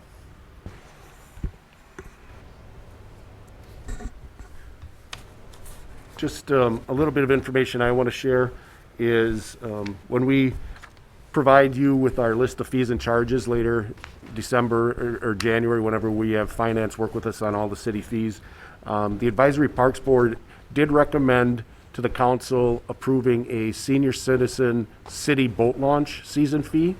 Say that twice, 55 and older. So if you're a senior 55 and older, for an annual pass, you'll be able to get that for $5 less. If you buy a multi-year, which is a 3-year, that will be $15 less. So when we ran the numbers, although we don't keep track of the age of individuals that purchase season passes from us, we looked at it and said if we even have 20% that are seniors, it's probably about $900 to $1,000 we feel would affect our budget, but we felt it as something that we could support. We looked at the majority of the communities in the Fox Valley that have boat launches. They were doing something similar. So the Parks Board did recommend that as part of their fees for this year. So we'll make sure and include that. Like I said, there's a lot of information, a lot of numbers because there's so many different facilities in here. One area that I did want to talk a little bit about is the zoo, and Chad is here because we do have a enhancement request for a full-time zoo member. We have done a number of new exhibits at the zoo. Since about 2012, we've added the otter exhibit. We just opened the eagle exhibit, and as I informed you, we're looking at constructing a bear exhibit next year. That's a lot of new exhibits, a lot of new space, a lot of new animals for, we have one full-time zoo specialist, Stacy. We have some of our park staff that we are putting down there to help out. We have seasonal staff that we try to rely on if we can get seasonal staff, but it's a 7-day operation. We're open, Sunday through Saturday during the summer season. So we've been spending quite a bit of overtime down there because 1, we don't have the seasonals, but 2, we need to have a full-time staff member who we can entrust the animals to. If you haven't been and heard about the eagle, when you bring a new animal in like that, our Parks Board, when we toured, you have to do that slowly. So we slowly introduced that bird to the zoo staff indoors, slowly introduced it to the public outdoors, only having certain front-facing areas of the zoo open so that we didn't have people going 360 around it. And that's for the bird's comfort and bird's trust level. So it's a lot of staff time. So as we continue to add these exhibits, it's great for the community, it's great for the supporters of the zoo and the Zoological Society. But just like Chad and Bill in these other areas, we're maxed at what our full-time staff can do. So we have this request out there. We're looking at some potential other funding options. Haven't come up with any yet, but we're still working on some ideas. But it's definitely something that we really need to look at. And if you talk to Stacy while you're down there, she'll let you know she is taxed at this point. And we don't want to say no to some of the new exhibits because obviously we want to see that. We want to continue to encourage visitors to come. We had right around 100,000 visitors this year again, so we are hovering right around 100,000 people every year at the zoo. Ray, what about a $1 ticket charge? I mean, is that possible? We did talk to our major donors at the zoo, and as you know, one of their goals is to keep it a free zoo. So they politely requested that the city not consider that at this time. But that was an option that we had talked about or considered. So. Ray, and to that point, again, like you just mentioned, you don't like to say no, but if we don't have the staff to care for these animals and the extra maintenance and such, I mean, how are the exhibits just being like added on and on and on? I mean, obviously, it's a joy and a wonderful resource, but just can you share with that how that happens? Sure. Well, part of our master plans, and just like adding anything, whether it's new trees, new streets, new parkland, we can accept a certain capacity above what we have. But at the zoo, we haven't added a staff member down there. And like I said, we're pulling full-time people. We're adding seasonal people to help out. When we have the support from the community and some major donors that would like to see the master plan continue and continue to add animals and attractions, for us, it's hard to say no. It's something that's part of our quality of life and things that we want to continue to work toward. I would say once we added that eagle exhibit, we're past the point of Stacy being able to take on additional. So that's why we're bringing it. We're adding another full-time exhibit basically over the next year. So that's why we're looking at how can we do this. And we also have taken on some additional animals that the zoo might not have owned in the past. The last number of years, we took on the elk because we felt we could do a better job of keeping them safe and maintained and not have to transfer them back and forth. And so we've got the wolves now that we own the elk. We've recently received a fox, a badger, and skunk, and all those that add to the zoo experience. But the addition of those puts a little more tax on. So to your question, it's adding quality of life. It's still improving on what we have. We've But done is the that best. part of our gifts and donations policy that gets reviewed? The costs associated with maintaining or caring for these gifts? I would say that we have an idea what that is going to cost us. As part of the donation policy, we'll take a look at, again, there's the criteria that hopefully the council's aware of. Does it fit the mission? Does it improve education? Does it do, there's probably 10 to 12 of those things that we'll look at. So we'll look at that, yes, and it's not only at the zoo, but it's at other areas. I know, years ago when the council was talking about what to do on Oshkosh Avenue coming in, if we should put boulevards or what we should do there. We started looking at that, saying there's going to be a cost. There's trees we're going to have to add and maintain. There's green space that left them. So we look at it in those areas as well. So I would say, yes, we look at that. But on a donation of this size and part of the master plan, we look at, is it beneficial to the city as well and the community?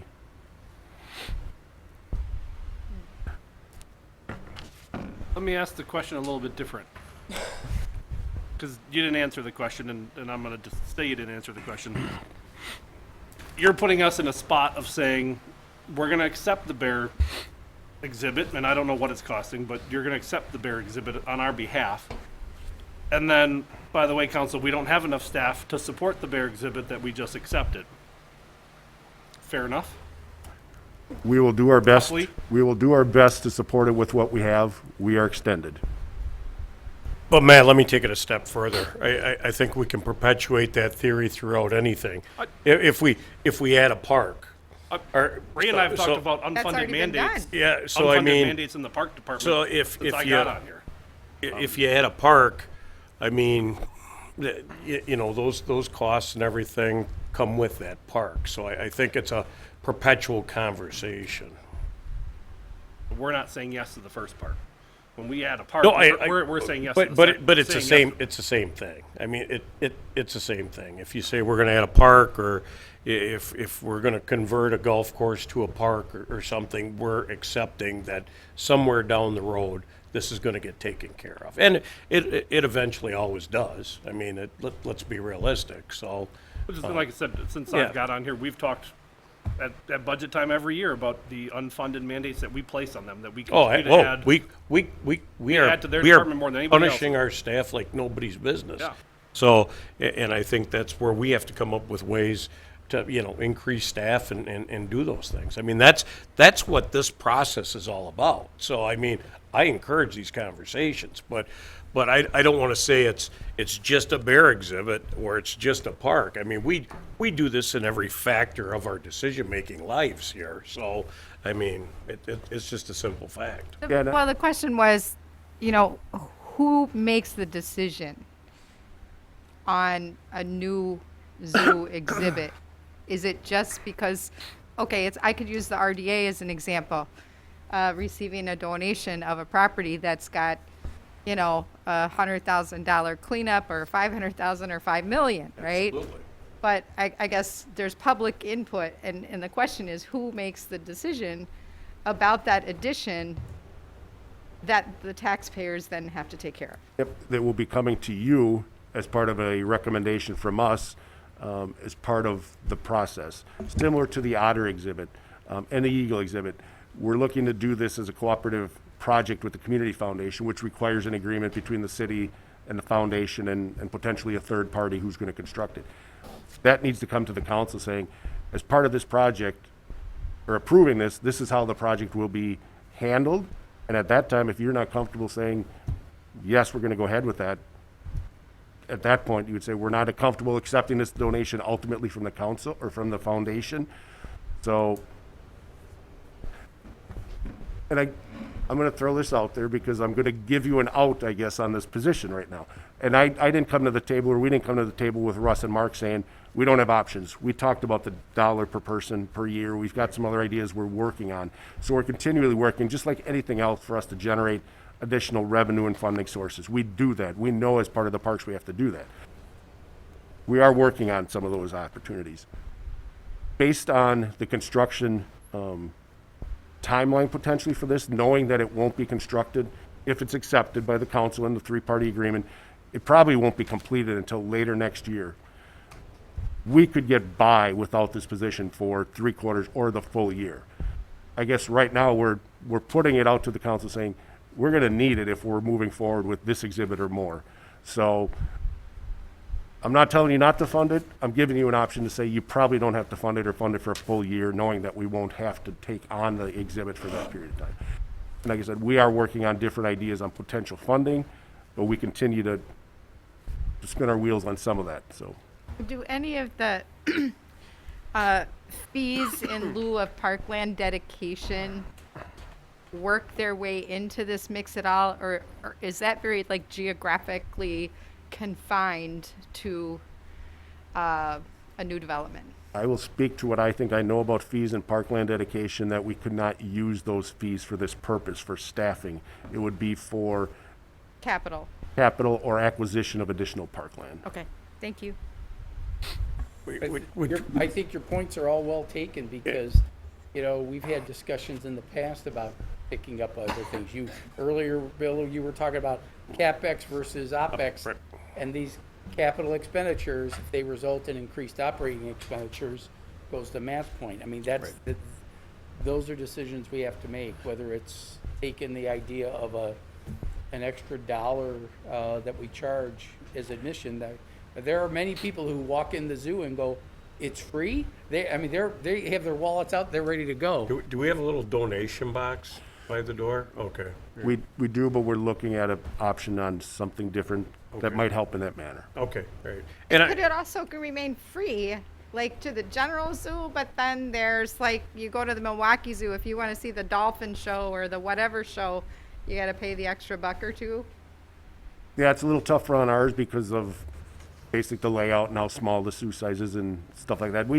So yeah, it'd be a little difficult on ours because we don't have those types of shows. Do we make them pay for the Wildlife Wednesdays or any of those private, or those other groups? Okay. So, but, and I'm not gonna turn it around on you, but the same thing when we build more Riverwalk and more trails, we're accepting it's quality of life. Absolutely. Somebody has to maintain it, and a lot of the times it is falling back on our department. We love it, we understand it, but sooner or later, the capacity is no longer there. We had a bunch of roundabouts done about 10 years ago. Same deal. And they went right there. Yep. With Oh, yeah. with zero increase in staff. Yeah. And we just also have to think of, you know, like, doing $1 person is not a bad idea, but then again, you're increasing staff to be able to sit there and Collect the dollar. Jen, I agree with you 100%. So, like I said, I'm just throwing out this for conversation.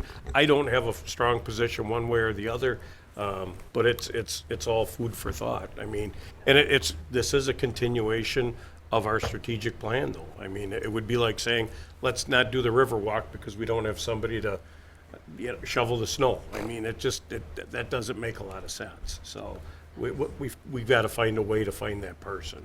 There's a lot of different aspects of just like a zookeeper, like, you know, the position's asking for, but just the quality of life of the animals too, having the time to do extra enrichment with the animals, and Right. that's all part of the big picture, you know.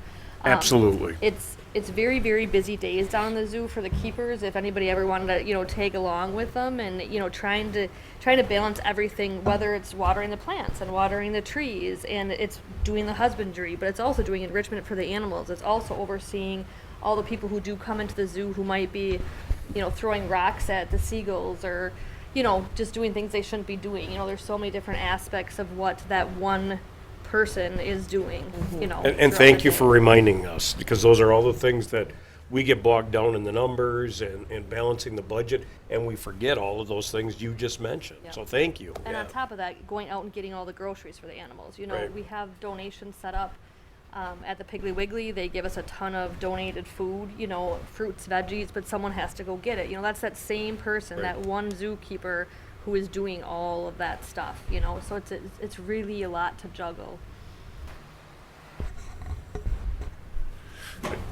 I just say we get rid of Fitzy and we're gonna solve some problems. Just make him the zookeeper. Fitz, duties as assigned. We'd have fun, right? So I'm not getting it into all the detail. Like I said, there's a lot of detail. If you have anything specific other than the highlights we just touched on. The only other question I have is, you know, we've talked about this a little bit before. You know, what are the options, the pros and cons of contracting for additional maintenance in terms of, I mean, we do that in a number of other areas. Is it viable? Are there companies, local companies or startups that want to do either landscaping or some of these other maintenance pieces that are starting to grow and tax the staff currently? I think that's a conversation Chad and I have every budget year, is when do we cross that line? And I think we may be at the point not only looking at a cost savings, but just based on the availability of workers, that we may need to start looking at that. So I think it's something between now and next budget, between Chad and Bill, they might have to take a stronger look at whether it's roundabout maintenance or boulevard maintenance or mowing the parks potentially, so. I hope, Mayor, you're not implying about zookeeper contracted services or Maybe anything like not that. So, 'cause Although I don't see that as think an our city option. manager probably working with the council might qualify. So there's certain aspects we can certainly start to take a look at and at least share those possibilities. And I guess when John was here earlier, John Urban from purchasing, I know that we put out these RFPs and these contracts every couple of years. It seems like we change contractors for the grass and snow care on properties that get correction notices that don't do it. You know, are there already those pieces in place somewhere else? We've both utilized contracted services in some of our past lives, so it's something we can take a look at. If there's no other questions in this large budget, we can jump to the leach, which is on 320. You got it. The leach is it's a fairly small budget. You know, it's accounts for some of the special events that we operate and Jenny operates through our department. But then we have the rentals, Waterfest, and other activities that rent their facility. Just I wanted to talk on a couple of the accomplishments. I think one that speaks very loudly for our department staff, but also the city staff, police, fire, the CVB staff, and the Billy Strings concert that we were able to accommodate this year. When they contacted us a week or 10 days prior to what we thought was going to be out at Country USA or Ford Festival grounds, we were able to turn that around quickly. And thanks to council, you had a special council meeting to approve the Class B, I think it was at the time. Very appreciative that promoter has contacted us.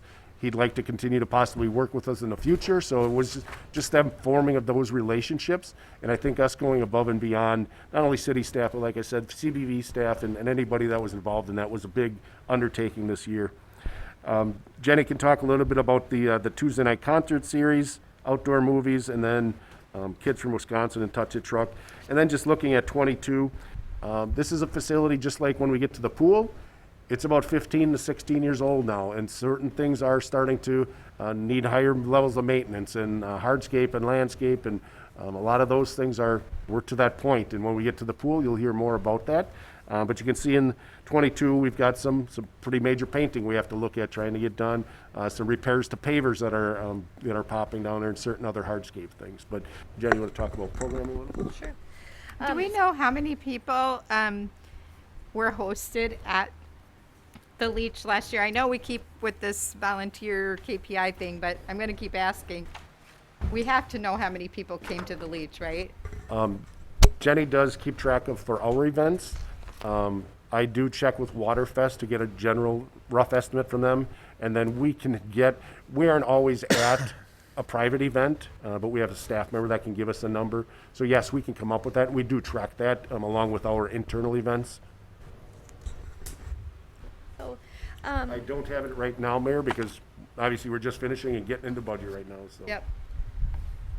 So as far as the parks events down at the Leach this summer, you know, 2021 was a really, really unique year after 2020. So getting back into programming, but not being able to do everything in programming, we definitely saw a decrease in our Tuesday night concerts, which was, you know, it was a bummer because we've been seeing them increase year to year to year, and just something families really love to do.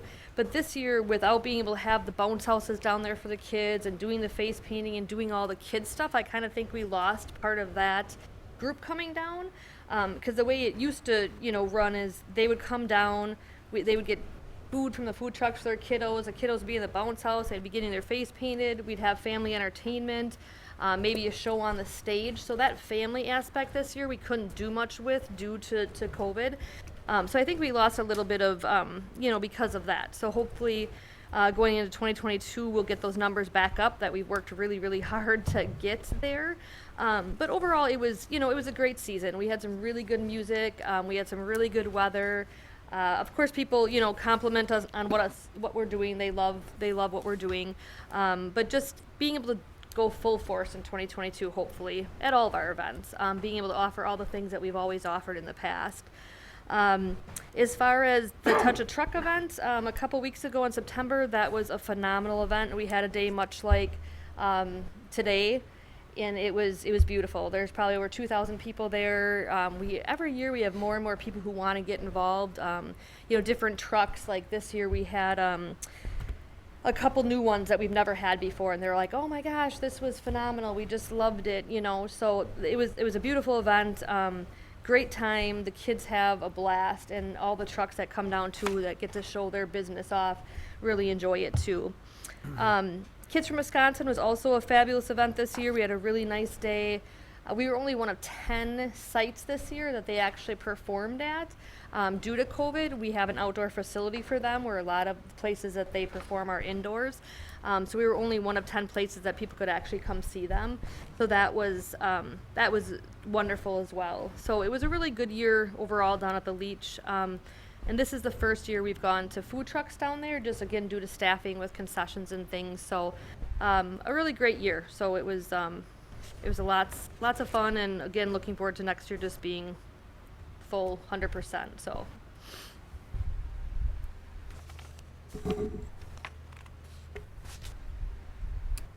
Not seeing anything on the Leach. We're going to keep you moving. And the next one is the Pollock Pool, which is 329.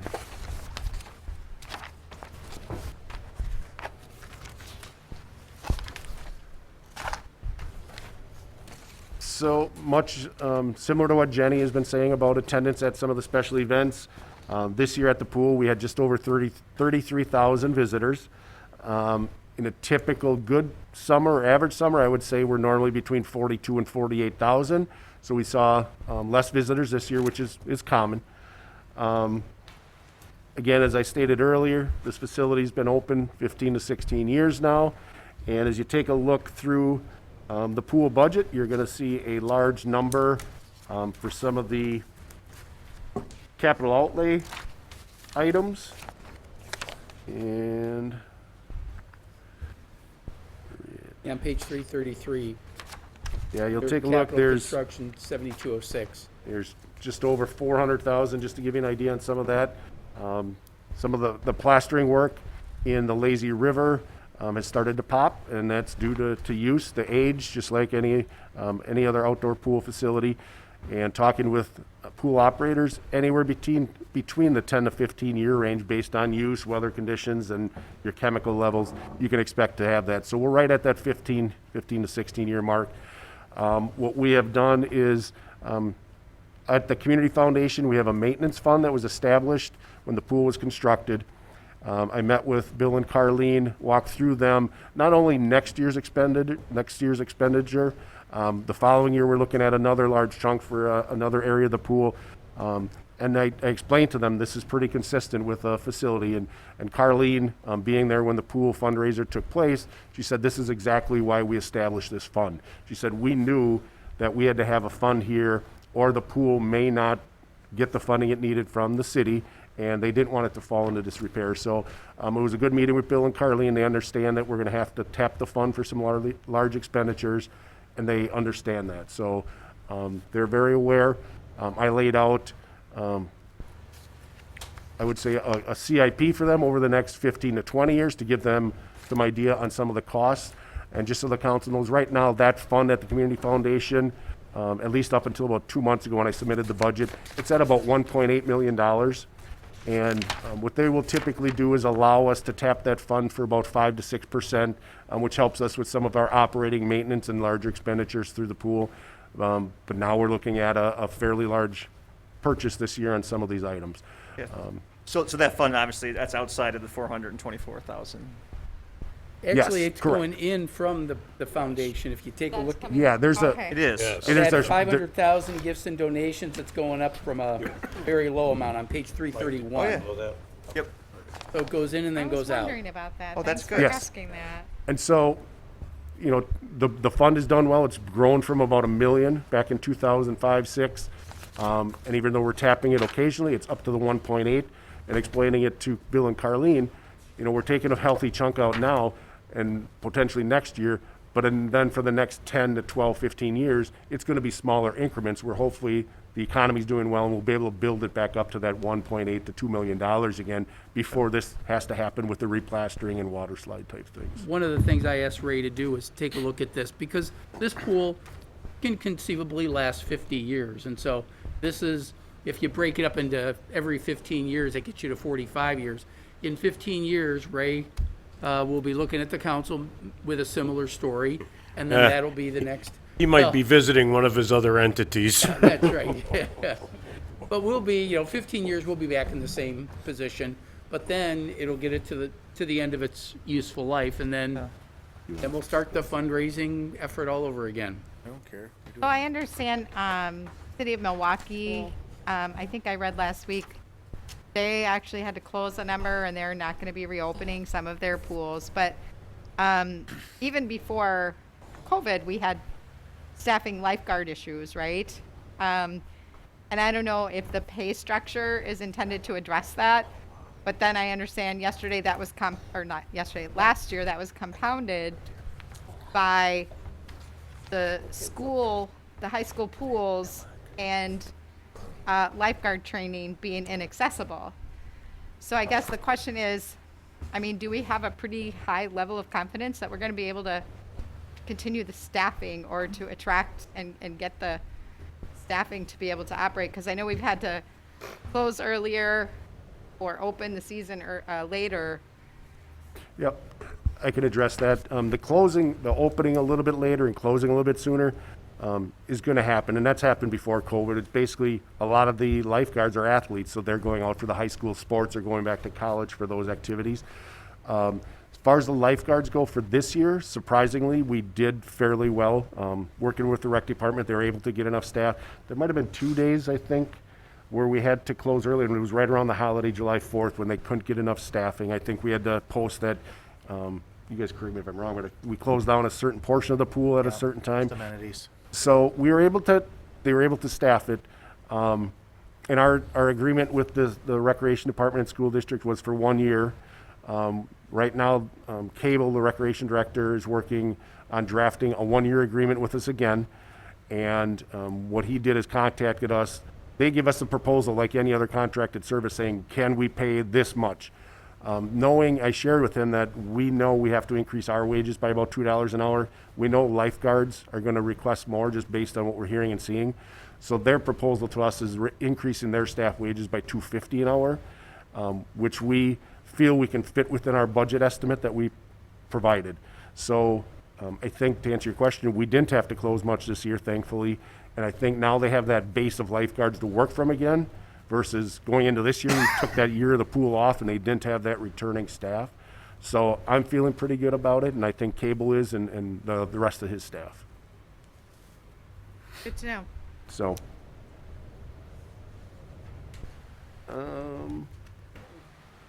I really don't have anything else on the pool. Like I said, it's just a large maintenance item that we'll be having to contract out for.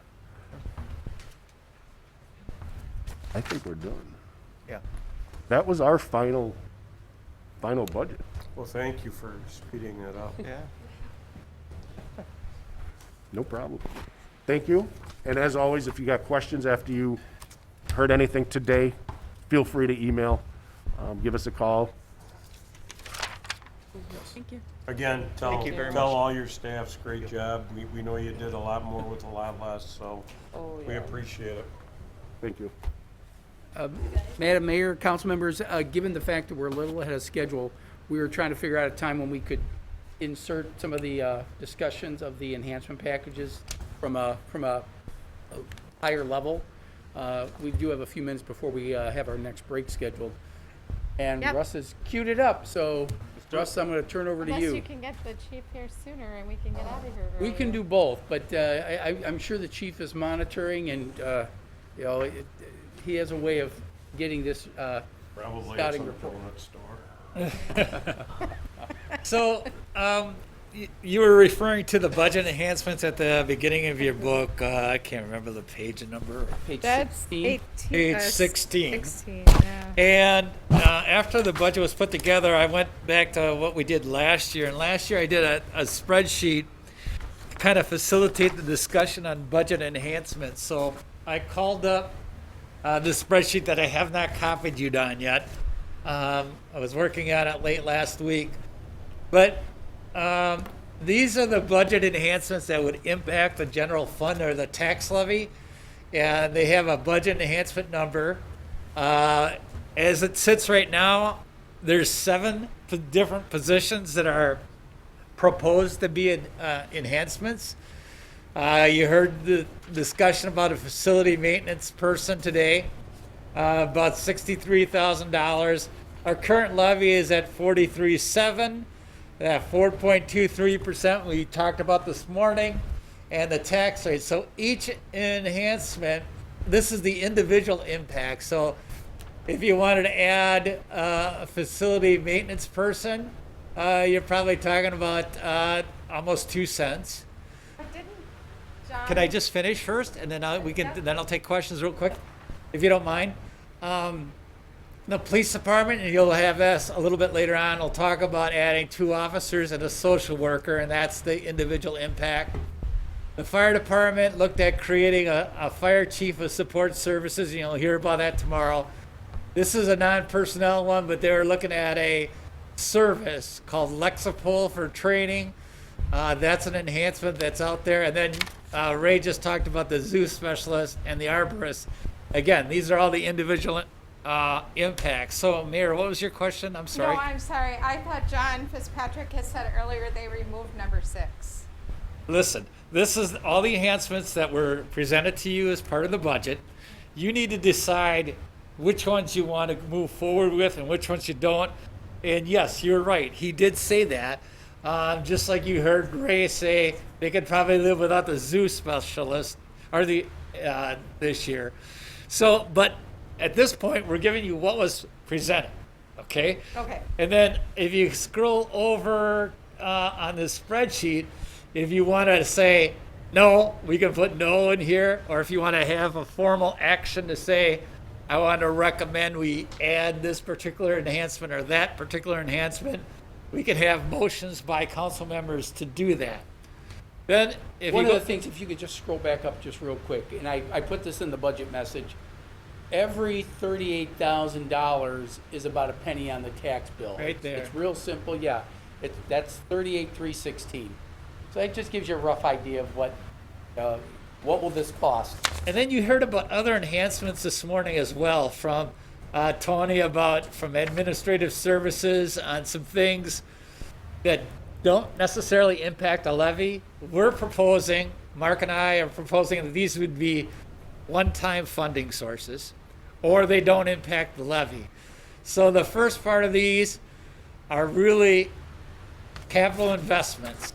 You'll hear tomorrow a little bit about the fire department asking for automatic vehicle locations, AVLs. So that's more of a technology enhancement. The museum is asking for a person, but that's outside of the levy. That would be through museum donations and museum revenue. I think we need to talk, I think that's levy. Well, it's not in the levy right now. Yeah, I know that. I can move it up there.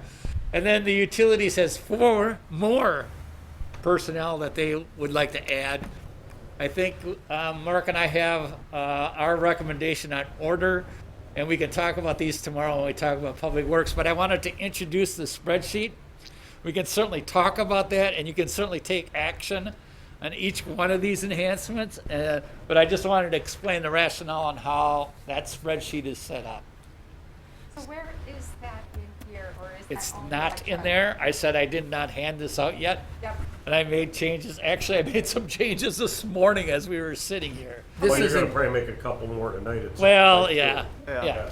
So if you want to say, let's include this enhancement or not include this enhancement, right now with what I know, this is how it would impact the budget, and you have to make that determination.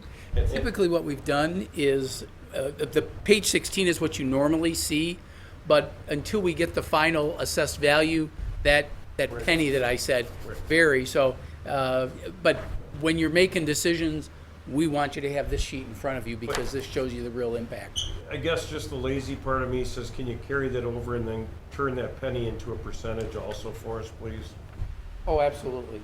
Up here, yeah, I did. I just have the increase with the base plus the enhancement.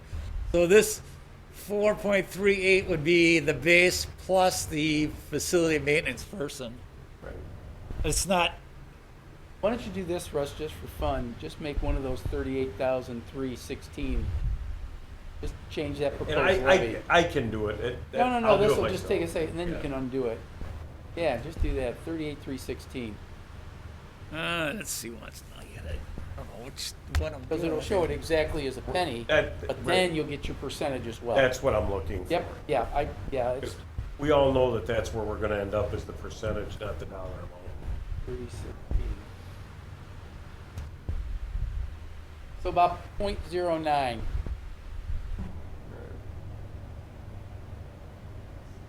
So you guys we could take a break now, but I wanted to go back and just show you. Can you send that to us? Yes, absolutely. I would send it to us tomorrow morning or something, or tonight when you Tonight would be tweak great. it. Yeah, we can definitely get it done tonight. Yeah, I want to go over this one last time before you guys get it. That's important to me. Yeah. So, Is there a way you could note on there which ones are also included in ARPA, as ARPA requests, or? Oh, yeah, another column maybe. Yeah, these people are not. We're recommending that these one-time ones here we can, and I can certainly add a column for that. Just Yeah, we'll figure extra something. Yeah. info? I could just add another color. And then could I ask, I don't see on there the IT ones that were from page 16? Sure, they are. It's the number Oh, 2, okay. 3, 4, and They 5. just say Okay. admin, not All right, IT. gotcha. Sorry. Oh, they came from administrative services. Okay. Well, Chief's here. We got a few minutes to stretch our legs, then we can get in the PD. Guess you were listening, huh?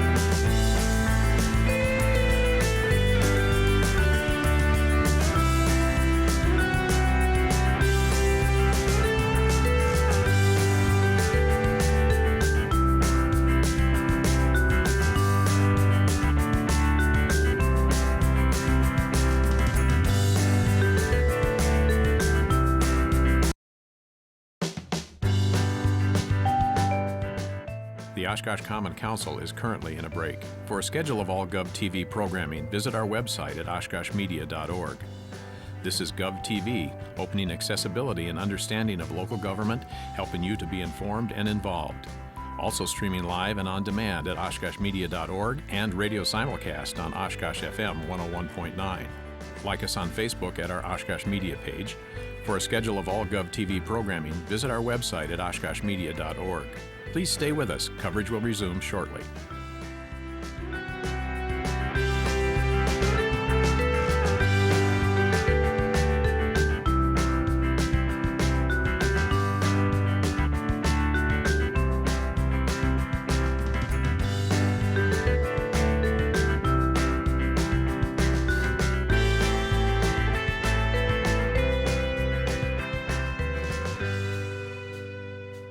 The Oshkosh Common Council is currently in a break. For a schedule of all GovTV programming, visit our website at oshkoshmedia.org. This is GovTV, opening accessibility and understanding of local government, helping you to be informed and involved. Also streaming live and on demand at oshkoshmedia.org and radio simulcast on Oshkosh FM 101.9. Like us on Facebook at our Oshkosh Media page. For a schedule of all GovTV programming, visit our website at oshkoshmedia.org. Please stay with us. Coverage will resume shortly.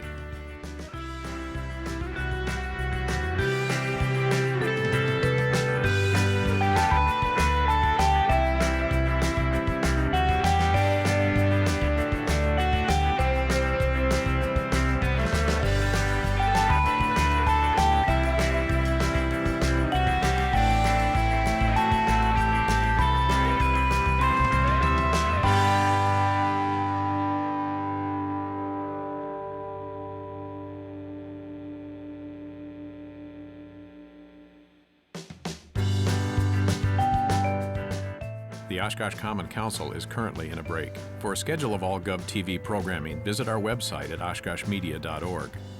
This is GovTV, opening accessibility and understanding of local government, helping you to be informed and involved. Also streaming live and on demand at oshkoshmedia.org and radio simulcast on Oshkosh FM 101.9. Like us on Facebook at our Oshkosh Media page. For a schedule of all GovTV programming, visit our website at oshkoshmedia.org. Please stay with us. Coverage will resume shortly.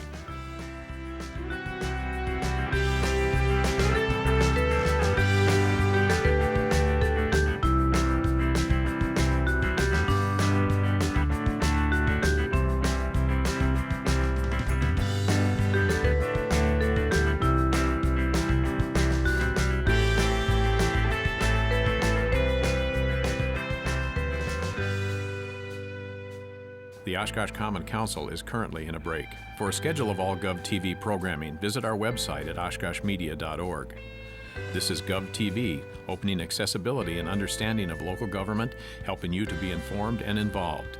Also streaming live and on demand at oshkoshmedia.org and radio simulcast on Oshkosh FM 101.9. Like us on Facebook at our Oshkosh Media page. For a schedule of all GovTV programming, visit our website at oshkoshmedia.org. Please stay with us. Coverage will resume shortly.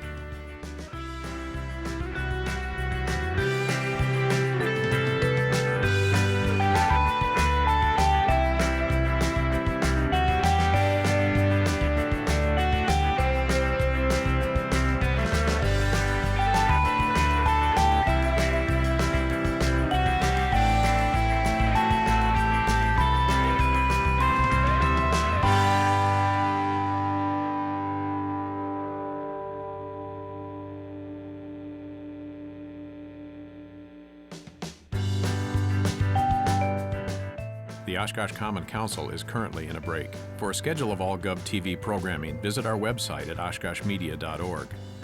This is GovTV, opening accessibility and understanding of local government, helping you to be informed and involved.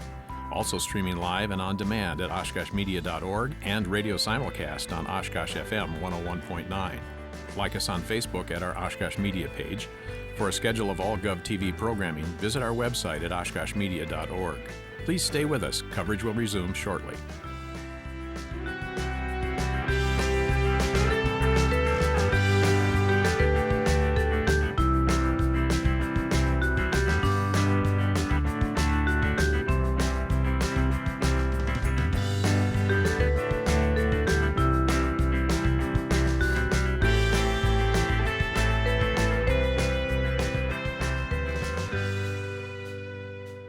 The Oshkosh Common Council is currently in a break.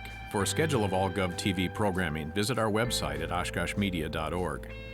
This is GovTV, opening accessibility and understanding of local government, helping you to be informed and involved. Also streaming live and on demand at oshkoshmedia.org and radio simulcast on Oshkosh FM 101.9.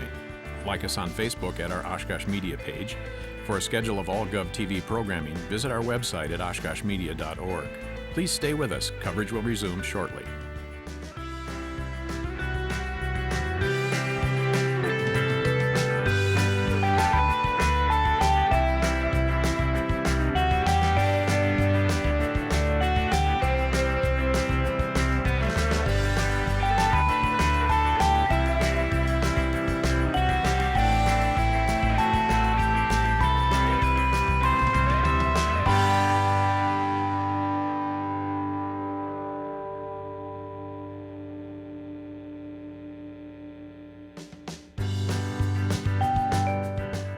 The Oshkosh Common Council is currently in a break. For a schedule of all GovTV programming, visit our website at oshkoshmedia.org.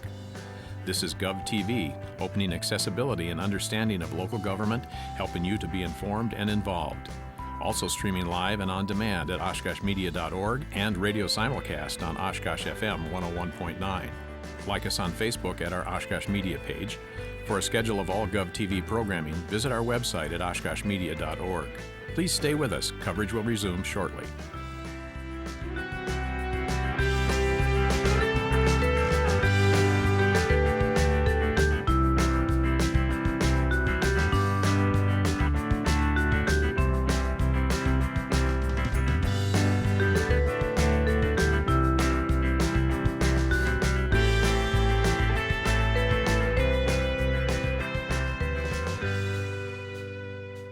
The Oshkosh Common Council is currently in a break.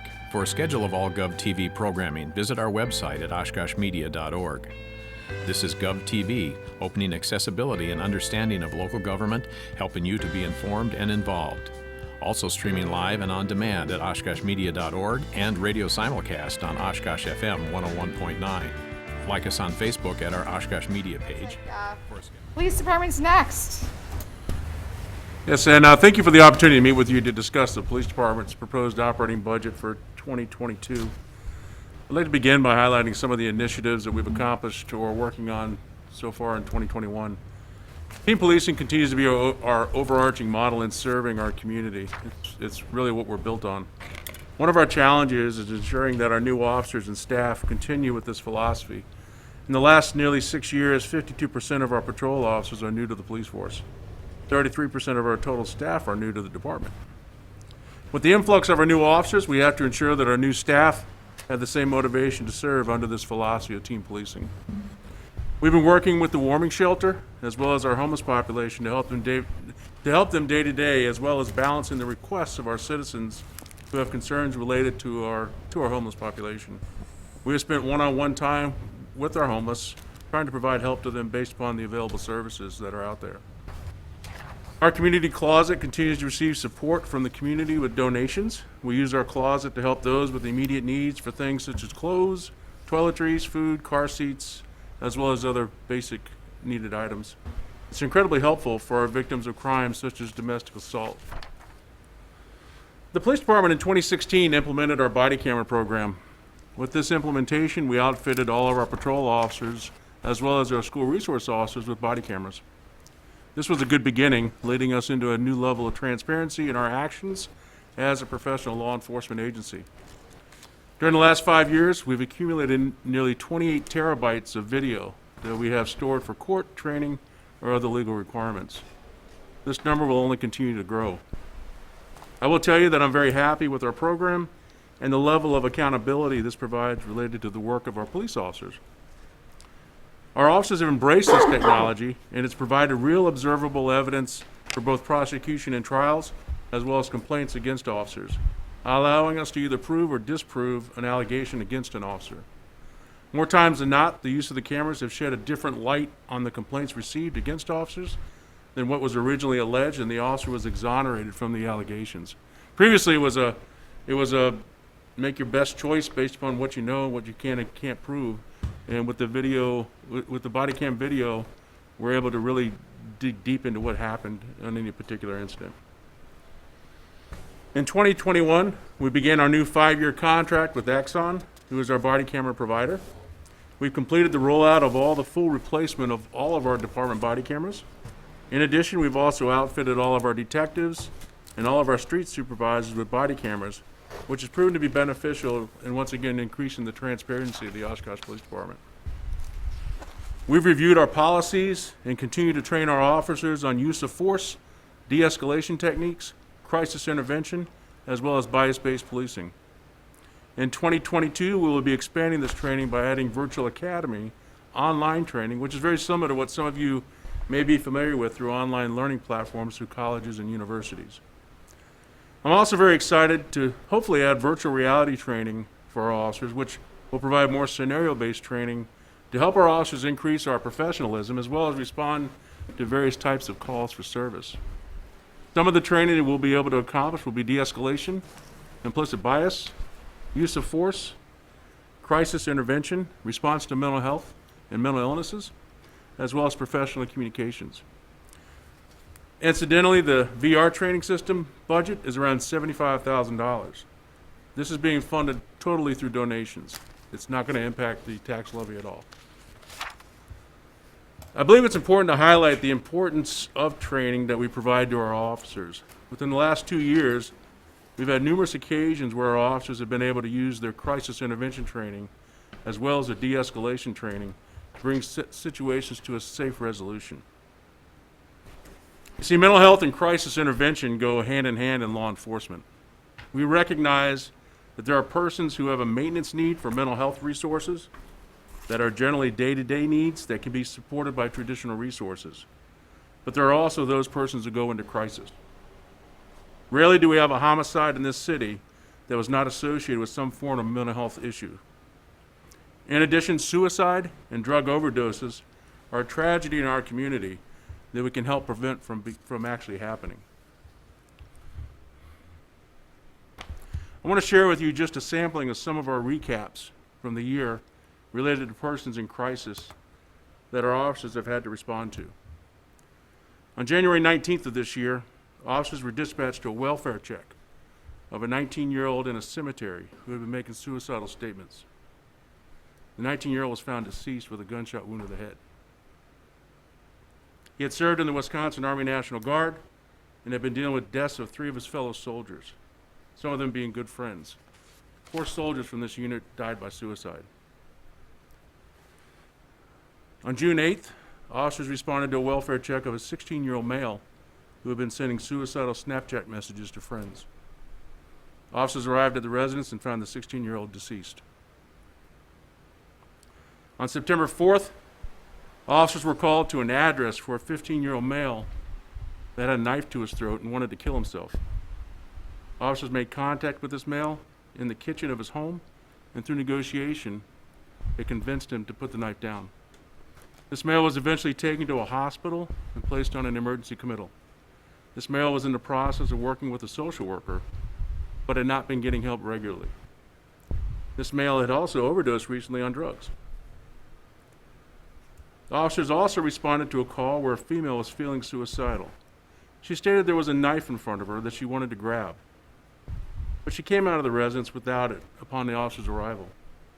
The female had several mental health illnesses, and there were concerns for her safety. She was ultimately placed on an emergency committal.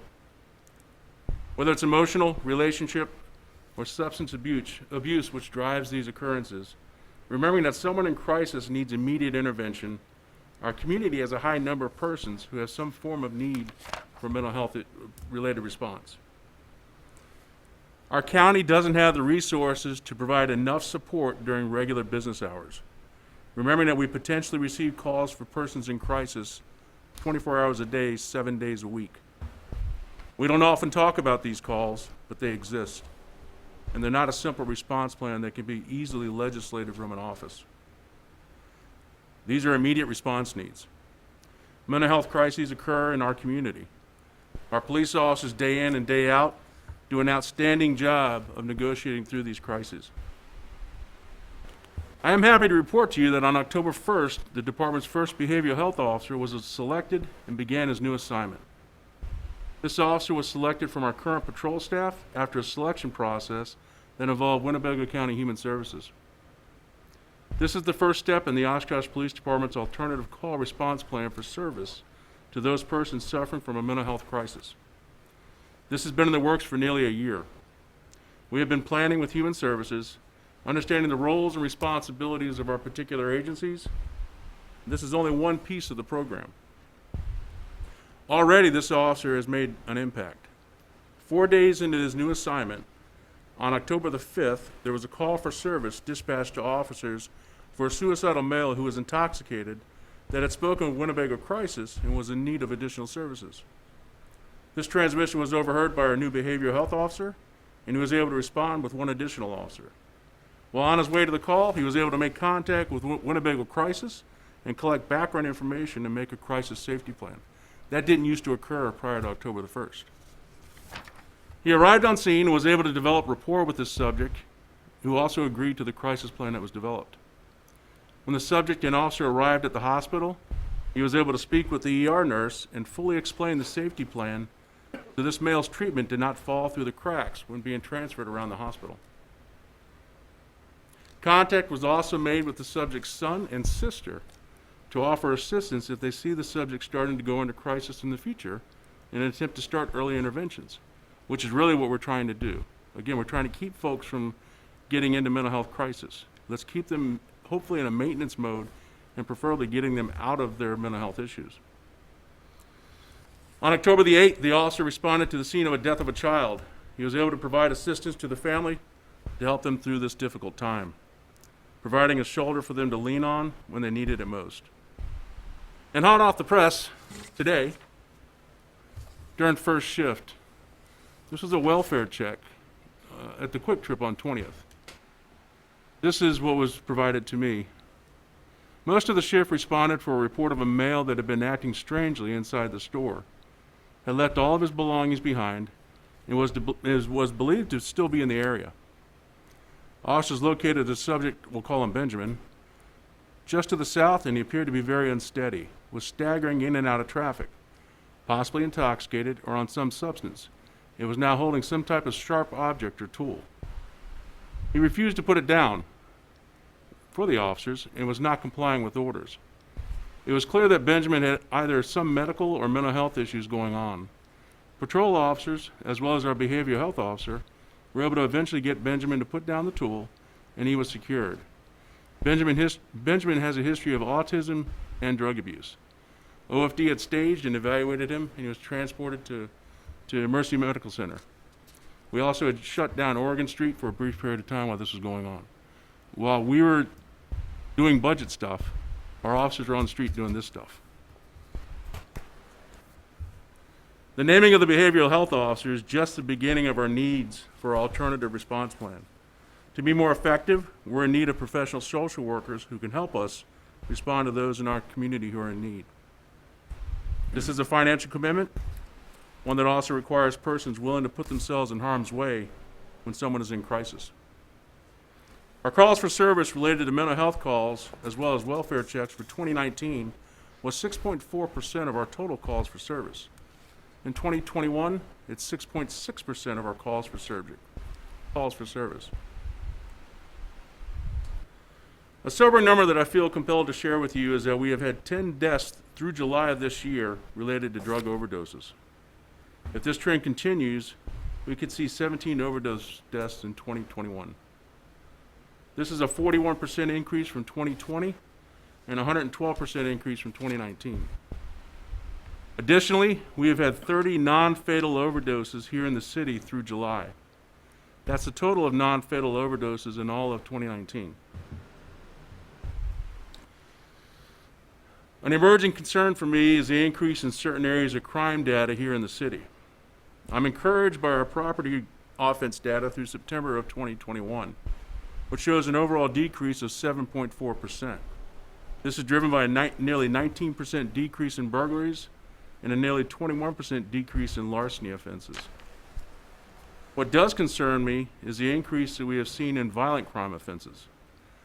Through September of 2020, we saw a reduction in violent crime offenses of 9.7%.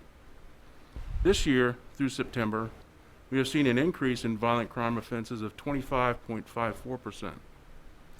This is being driven by a 27.1% increase in assaults. We have to address this. That's kind of the bad stuff. Now we're going to move on, hopefully, some more nicer things.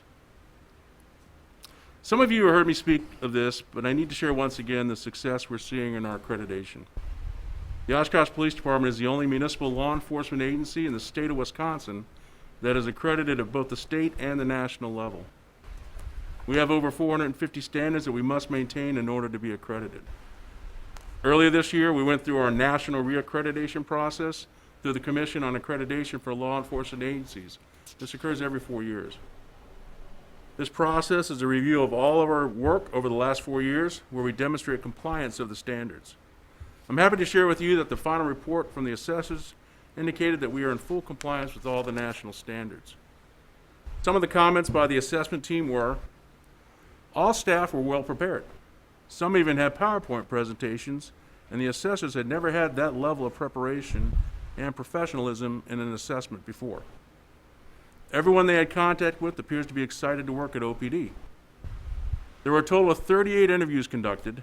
Everyone they encountered had nothing but good things to say about OPD and the employees, and they commented that this is due to the community support generated from team policing efforts and the ownership every employee has for their assignments.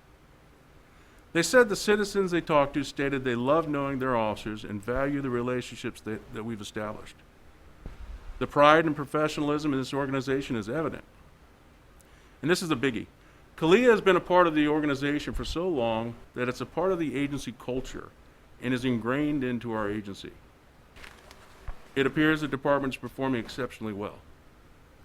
I can't help but be excited about that. That's pretty cool.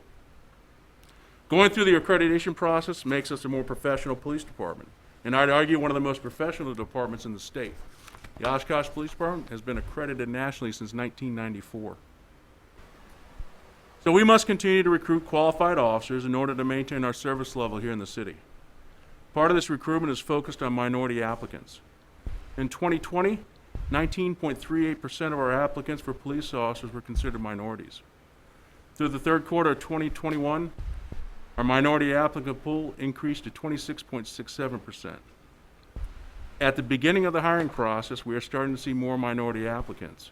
However, we still must attract qualified applicants across all dimensions of our community.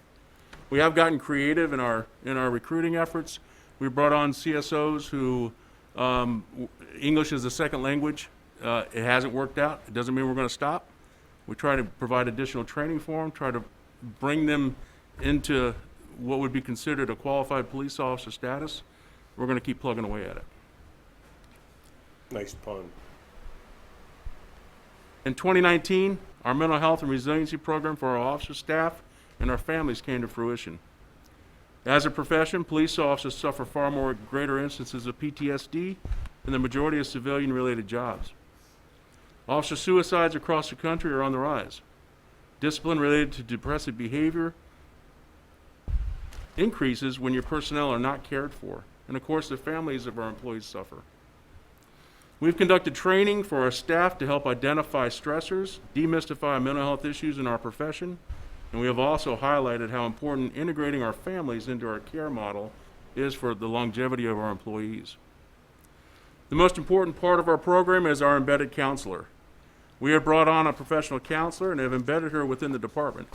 Officers and staff members have the freedom to speak with her with confidentiality, knowing that the stresses that they're dealing with on the job do not become public knowledge. We've seen the results of our efforts bearing fruit. Officers are embracing the wellness efforts and are taking advantage of the training as well as our counselor. Now, I believe this is a high point in our department as we destigmatize the mental well-being of our police personnel. We have these employees in our staff, we hope, for 25 years. That's 25 years of impact of working the street that these officers have to figure out how to package up, manage it, and make it not impact their work. We have to do our best to make sure that we're taking care of our employees. The city's strategic plan is important to us and how we contribute to the success of the city. Even with the challenges of COVID, we've been working on our plan. To highlight several of our KPIs and the additional work that we have done related to the strategic plan, we've completed year-to-date 40 citizen, community, and neighborhood presentations and meetings, 23 school presentations related to various relevant topics for our youth, 51 outreach events specific to our diverse population groups. We now have 61 officers trained in crisis intervention. We have participated in 7 crisis intervention team meetings, and we've implemented traffic and safety plans in each of our 7 reporting districts. We've received numerous citizen tips from our Crime Solver network. And of course, related to substance abuse in the community, many are aware of what the work of the Vice and Narcotics Unit is doing, and they can always do more. Our operating budget is generally a level request for non-personnel related costs. As a note, 95% of the police operating budget is personnel costs, not including fuel costs, which are covered by the Public Works operating budget. Our officers respond to an average of 3,480 calls for service a month. On average, 25% of our calls for service are considered high-risk calls. These calls require more than one officer to respond. Applying this factor to our calls per month equates to a more accurate number of approximately 4,350 calls per month. As an additional point of reference, the police department in a normal year responds to a conservative number of about 42,000 calls for service a year. Again, adding the 25% of calls that require more than one officer to respond equates to 52,200 calls for service a year. Our calls for service have increased almost 4% over 2019. These numbers do not account for the various requests from citizens regarding our neighborhood concerns, our programs that we participate in, and of course those calls that our officers receive that do not generate a traditional call for service. Now, before I get into enhancements, I just want to see if there's any questions related to our actual operating budget at this time. Question, Chief, how many requests do you get for the body cam footage? Thousands. I couldn't give you an exact number, but I have one staff person whose only job is to handle open records requests. And every case that has body camera attached to it, it certainly has to be packaged and sent over to the district attorney's office. That goes into that number of thousands. But then open records requests from attorneys, for defense, open records requests from anybody and everybody that may have been in contact with us, all of those have to be processed. And in doing that, each video has to be reviewed, and we also have to conduct redaction of each of those videos. Chief, in terms of the body cameras, because that program's only really still a few years old. It's still somewhat in its infancy, really. I mean, we're on our second contract with them, but yes, all in, total cost. You got a rough number for us in terms of total cost that we invest in helping protect our citizens and our police officers by using the body cameras? Last year, council renewed our body camera contract, and I want to say the 5-year contract was It was sticker shock. It was a lot. I want to say it was like $500,000 or so for over a 5-year period, and that was our second contract. So roughly about $1 million over 10 years. Another quick question. I think we got the annual report a little earlier this year too, and kind of asked all the departments about their KPIs. So you have performance measures, which is a little different than some of the other annual reports we've seen from some of the other departments. Would these ideally also be in the budget with the KPIs, or somehow summarized in the KPIs from the performance measures? We have so many measures that we track internally and externally. Our budget KPIs are going to be a little bit more streamlined than our internal or our annual report performance measures, so they wouldn't be the same necessarily. I think everything you see in the budget, you're gonna see in there, but not everything in this book is gonna be in the budget because it's just too voluminous. We're very data-driven in what we do, and knowing that, we really want to understand what's going on year to year.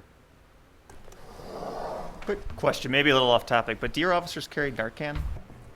They do, actually. They do? Okay. Just, where does that come from? The money? Is it donated or? Donations. It is? Cool. I have a donor that's been secured as of last week to replace all of our Narcan, which expires every 2 years. Yeah.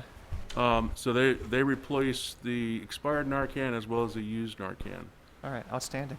And the officers are typically on scene before firefighters. Well, about an hour ago, we got a call of a subject, I think it was 2 subjects, in a car with needles in their arm passed out. And the officers would respond to that call. And I'm fairly confident that there was Narcan that was just used here recently, within the last hour. Thank you. Chief, I want to back up a little bit. 25.5% increase in violent crimes. Was I wrong? That number just seemed incredibly high. You are not incorrect in that number. That is a actual number. So do you have any theories behind what's driving the violent crime increase? And are these our local citizens? Are these people from other communities? I don't have data that I can point to specifically to say, we don't track demographic data of offenders as relates to, many of these we don't actually solve. We have victims that come in and say, I was assaulted. Certainly we, like everything else, we think that COVID probably had some impact on folks where being isolated, being in one particular place, or not being able to do what you typically could have done in your own community, that you go to another community that you can do more at. We have seen some of that. I will tell you that we have some video from one of our local taverns of a subject wearing body armor on the dance floor after a fight call at one of our taverns, which is concerning to us. This was this past summer, and it was not an Oshkosh resident. So there are any number of different theories. Can I point to one particular one and say this is this? No, I cannot. I mean, to me, that's just a pretty scary number. It is. It absolutely is. And do you have I'm guessing like some of the breakdown too is relates to gun violence with that number? I could get that data for you. I don't have the specifics on that. Yeah, not asking for the specifics, but I mean, there can be, stories going around the community about, oh, the gun issues are so much worse than they were, and, that may or may not be true. So just, I guess that's a curiosity question, if that is in fact true, or if it's that the word is getting around faster through social networks and may or may not be true. In between both of those thoughts is probably the truth. I wouldn't be able to tell you off the top of my head whether or not it's supported by data. I will tell you anecdotally, we've had some alarming weapons calls this year. One in particular comes to mind where we had a vehicle traveling down 20th. Somebody shooting out the car at the car behind them. We were able to get that person into custody, and that's very alarming because it was on 20th late at night. It could have easily been on North Main Street late at night. It's just where it occurred at. Yeah, I think that some of the press releases that we've seen about some of the gunshot victims or folks involved. So we don't know if they're gangbangers or anything like that. I mean, no, I don't. I would not categorize us as having real organized gangs in the city of Oshkosh. I couldn't get behind that statement. Okay. I know that we have closely knit groups of people who are friends, but formalized gangs, I wouldn't categorize them as gang related.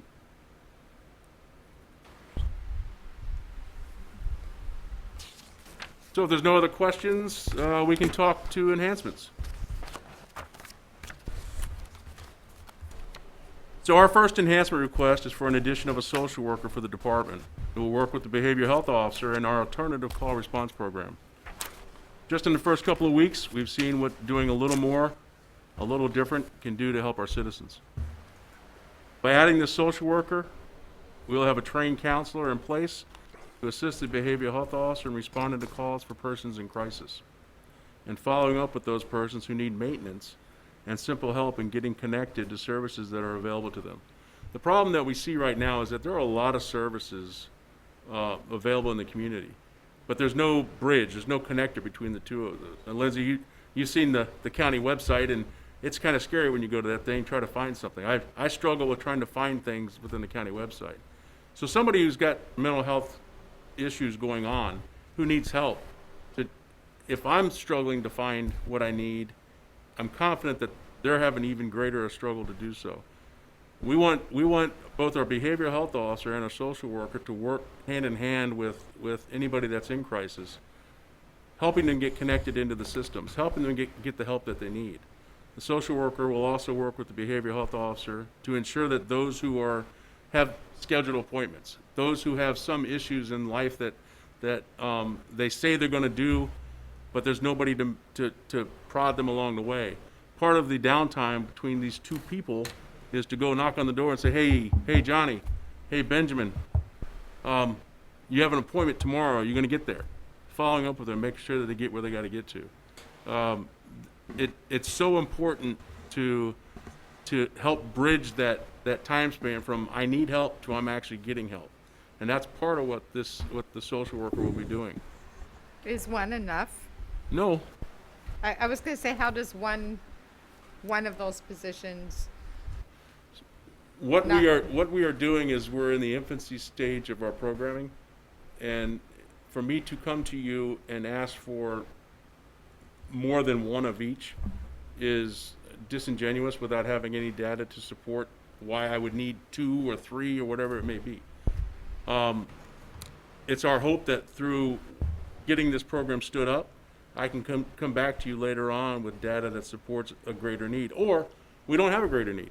Looking at it from both sides of this thing, I will tell you that just since October 1st, we're seeing so many instances where our assigned behavioral health officer has been interacting with folks from a different lens, not from a police officer lens, but from a community caretaker lens, and creating that opportunity for the person in need to go, oh, there is somebody that cares about me.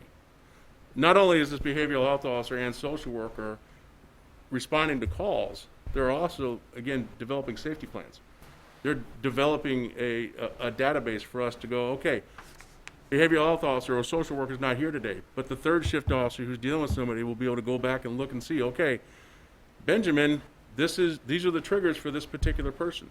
These are the things we shouldn't do. These are his family connections, to make sure that we're doing what we need to do to serve those who are in terrible need. I share with you just some excerpts of suicides that have occurred here in the city this year alone. That type of call for service is something none of us want to do. If we can get in front of at least one of those, then I think we've done well for our community. We're going to hopefully keep persons from hurting themselves through suicide or hurting others through violence and any other type of crisis. Remember, 6.6% of our calls for service are mental health related calls. You also received a second enhancement request for the addition of 2 patrol officers. This is in part based upon the recommendation of the completed staffing study. The staffing study was provided to council in January of 2019. After the analysis, it was recommended that the department add 3 patrol officer positions to meet the staffing needs of the department. 1 position was added in 2019, with a recommendation to add another 2 over the next 5 years. We did not ask for, nor did we receive any addition to our sworn staff in 2020. Last year, the department requested and was not granted an addition of 2 police officers. Once again, I'm renewing this request for 2022. The department is requesting to add 2 officer positions in 2022. One of the positions will replace the patrol position that was taken for the behavioral health officer. That's a much-needed position. I think I've demonstrated that. This will bring us to our recommended staffing from the staffing study, which used data from 2017, and reduce the shift shortage over time the department has incurred due to staffing shortages. The staffing study did not anticipate the needs of our community related to mental health response. So in essence, even if you were to grant me this 2 officer positions, I'm still down 1 because I created a behavioral health officer assignment within the staffing of the department right now. Current shift shortage overtime work for 2021 is 2,457 hours through September of this year. Now, shift shortage is we have preferred staffing levels. We have certain numbers for day shift, for second shift, for third shift that we need to have these officers on the street. It could be 9, it could be 10, it could be 11, based upon time of the day and day of the week. When we don't have the staffing for those, then we have what we call a shift shortage, and that's where we have to post for overtime in order for officers to come fill those in. After examining the data for the last 3 years, we're averaging 3,378 hours of shift shortage overtime a year. That's an average of 281 hours per month. The average of 281 hours per month for shift shortages is almost equivalent to 2 patrol officers. Average scheduled hours for officers per month is 155 hours. This is our second highest overtime category, second only to investigative overtime, which year to date is nearly 4,000 hours. Using the current averages, the department could end the year with approximately 3,372 hours in shift shortages, a value of $217,000. If officers elected to have the hours earned paid out versus being used as time off, total cost for the department would be approximately $248,000. Adding 2 patrol positions would potentially provide a savings of about $73,000 in overtime costs. Our sworn staffing is 1.5 officers per 1,000 residents. It's a simple calculation, but it's one of the lowest staffing number per 1,000 residents of police officers across the state. We are also one of the few departments in the state that engage our community through team policing, which serves our citizens well, but it's very labor intensive. Being a proactive department versus a reactive department, we're struggling with maintaining the service that we provide to our citizens. Just this past month, after seeing a trend of violent crime occurring in our business improvement district and a concern from business owners, we had to incorporate intense special details downtown to address an increase in unwanted activity in our business district after hours. This was 3 days, 4 hours a day. 6 days, 4 hours a day. Our officers handled 91 calls for service, received very positive feedback from the business owners, issued numerous ordinance citations, provided presence in this area to discourage criminal activity, and we were able to quell a trend of violent crime that was occurring in the downtown area. What was troubling to me is that in many of these positions, I had to force officers in. I had to require that they come in. I had to make them work overtime. We shouldn't have to make them work overtime. In addition, the department has struggled with filling our part-time crossing guard positions since the school year has started. We're not able to attract persons to fill all these part-time positions, partly and probably to do with COVID. Because of this, many times throughout the week, our officers are having to staff crossing guard positions to maintain the safety of our children. This is on top of the stat calls that they face waiting for them when they begin their shift. Understand that when second shift starts, our officers could have 10 or 12 calls waiting for them before they actually hit the street. And then they have 2 or 3 school crossing guard positions that they have to go man as well. If I have staffing of 11 officers working second shift, and I take 3 of them to go put on a crossing guard detail, those are 10 or 12 or 15 calls for service. There is a citizen at home waiting for a police officer to show up, and we can't get there to serve them. To provide you with another example of pressure that bears down on our officer staffing, as a snapshot in time, on October 4th of this year, we had 3 officers on light duty with an unknown return date due to injuries. 2 officers and 2 CSOs on extended military leave lasting into 2022. 1 officer on FMLA leave and 3 more upcoming who will be out on FMLA with shoulder and back surgeries. Excuse me. We need capacity in our staffing to help absorb not only these absences that are always going to be happening, but also the normal ebb and flow of persons joining the department and leaving the department. We don't often talk about these absences as a data point, but they're real and they impact the operations of the department. They are also not an anomaly of one-off situations. Our staffing requirements are based upon having everyone here, everyone healthy, and no family issues that happen to all of us, whether you're a police officer or a streets department employee. The names of the officers may change, but the circumstances why these officers are out will always be with us. We will always have officers out on injuries.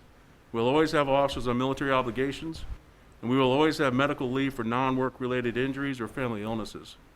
We as a department always strive to do the best job we can do for the citizens, but our officers are tired and they need your help. And with that, I'll answer any other questions you might have. So Chief, you have $850,000 in overtime costs budgeted for 2022. If those 2 positions were filled, is it fair to say or accurate to say that would be reduced by that $73,000?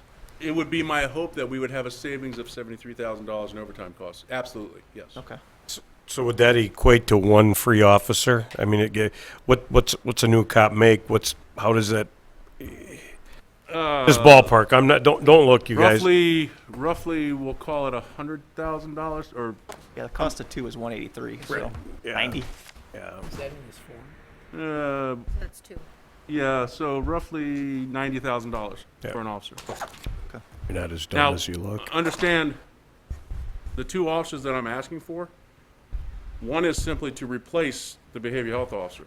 That doesn't even talk about the other one. Gotcha. Going back to the social worker position, have you Yes. seen in other communities, I would assume since it's important that that person would be connected in with county human services, has that ever been supported by county funding or shared or in some way? I've had several meetings with the county exec, and we've been meeting with human services over the last year. I also met with the director of human services. I met with some of his staff members. There is a concern from the human services department that they can staff a position for us. The county exec is completely on board with partnering with us. I'm not, I don't know if he's gonna get the support that he needs to help us in that light. I need it. So whether or not we get all the support we'd like to have from the county, I know that we need it here in the city of Oshkosh. And tied in with that, it's my understanding along those lines, county exec, maybe you guys have had some conversations about some 911 and some rerouting of things. Does that sound familiar? No. Okay. Misinformed.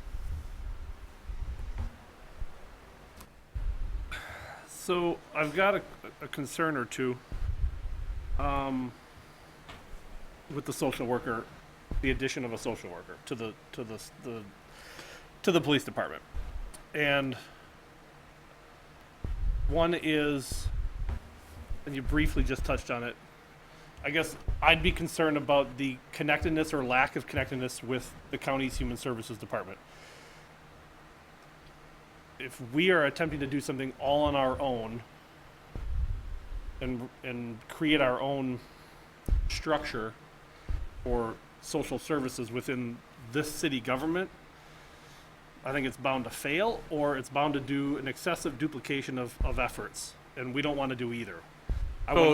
Making sure that yeah, we have to the connectivity absolutely has to be there. And the genesis of this began last year in meetings with human services, where we started talking about some barriers that may be in place.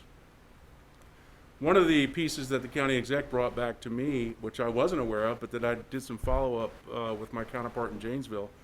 Janesville actually has a very similar program. They have seven officers assigned to this program, and they have social workers assigned to the police department. They have MOUs in place with their county human services that allow for the access to data.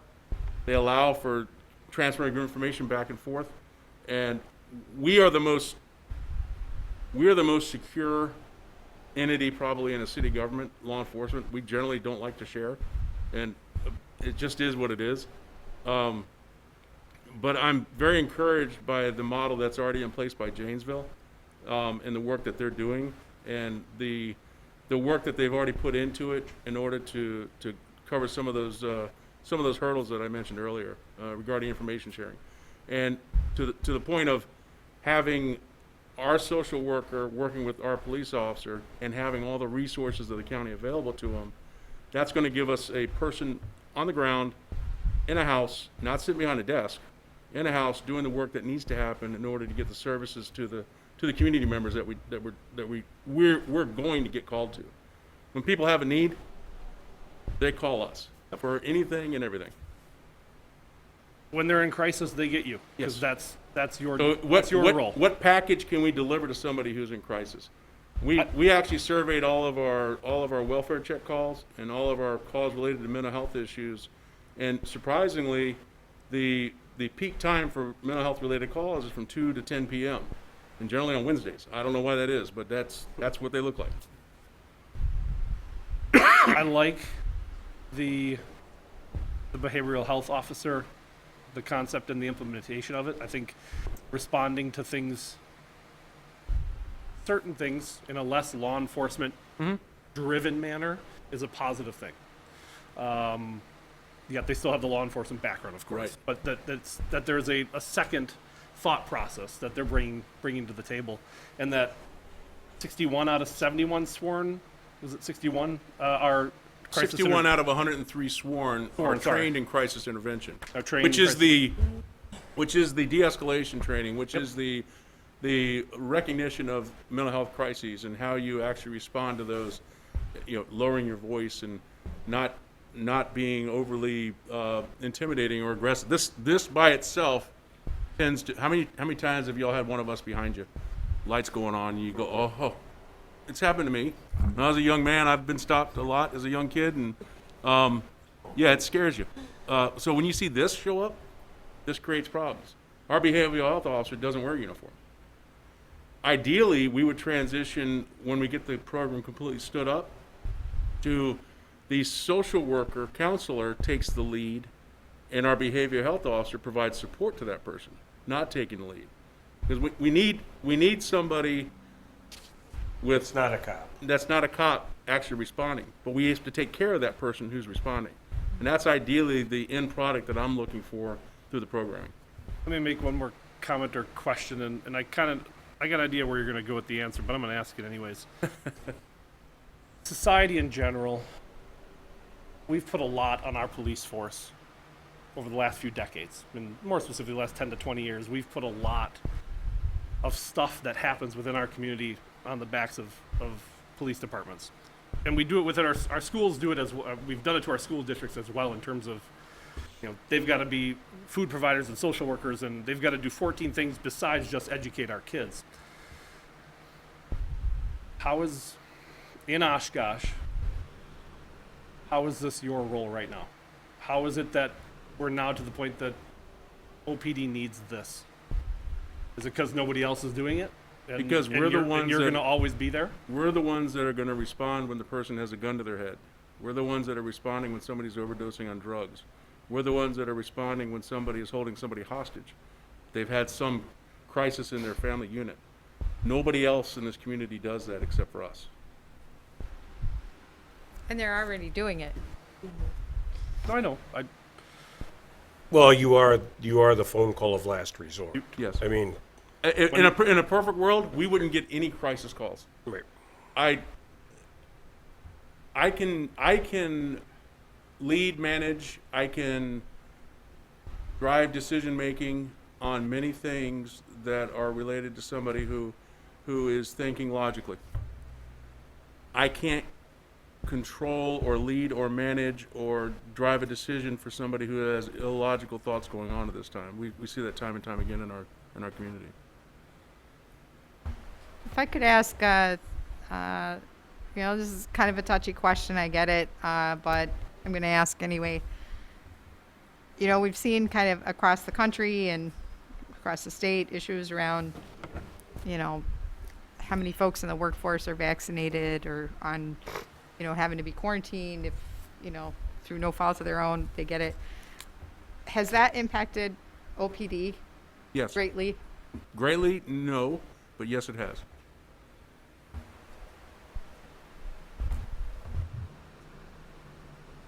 Chief, if we decided, sorry, c'est la vie, you're not selling in Peoria, and we say you get two positions, which two positions do you choose to pick?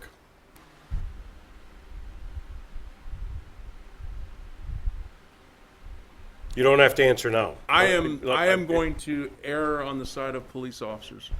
Okay. Because ultimately, at the end of the day, I have 103 police officers over there that need help. What I'm providing is our basic services, and our basic service model says our cops need help. Our behavioral health officer model means we're doing more for our community. And at the end of the day, I'm the one who has to look back at the police officer, and I have to provide them their help. You've seen the budget. I think everybody here believes what your true needs are. We're just going to have to balance that against the budget, and it's a tough business. So that's why I asked the question. Certainly.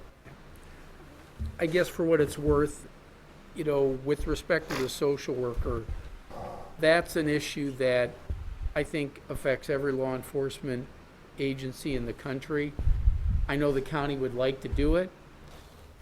My concern is if the county does it just for us, it'll be perceived wrongly at the county level. If they're gonna do it at the county level, they need to do it at a county-wide level. And I think they would do that. I mean, and- it's just, we get greedy because we're their largest customer. I mean, that's just a simple Yeah. fact. It's And- math, and yeah. Greedy or to Chief's needy? credit, I think we're ahead of the game. The fact that he already has a behavioral health officer.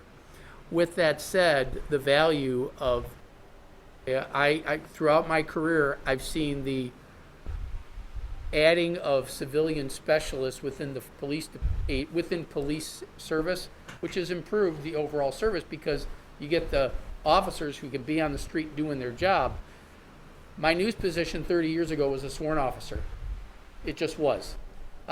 Corey's Me. position as a, or it was probably Dean, yeah. And you have the crime analyst was an officer, if there was any crime analysis at all. So there is value to adding some civilians to the police service.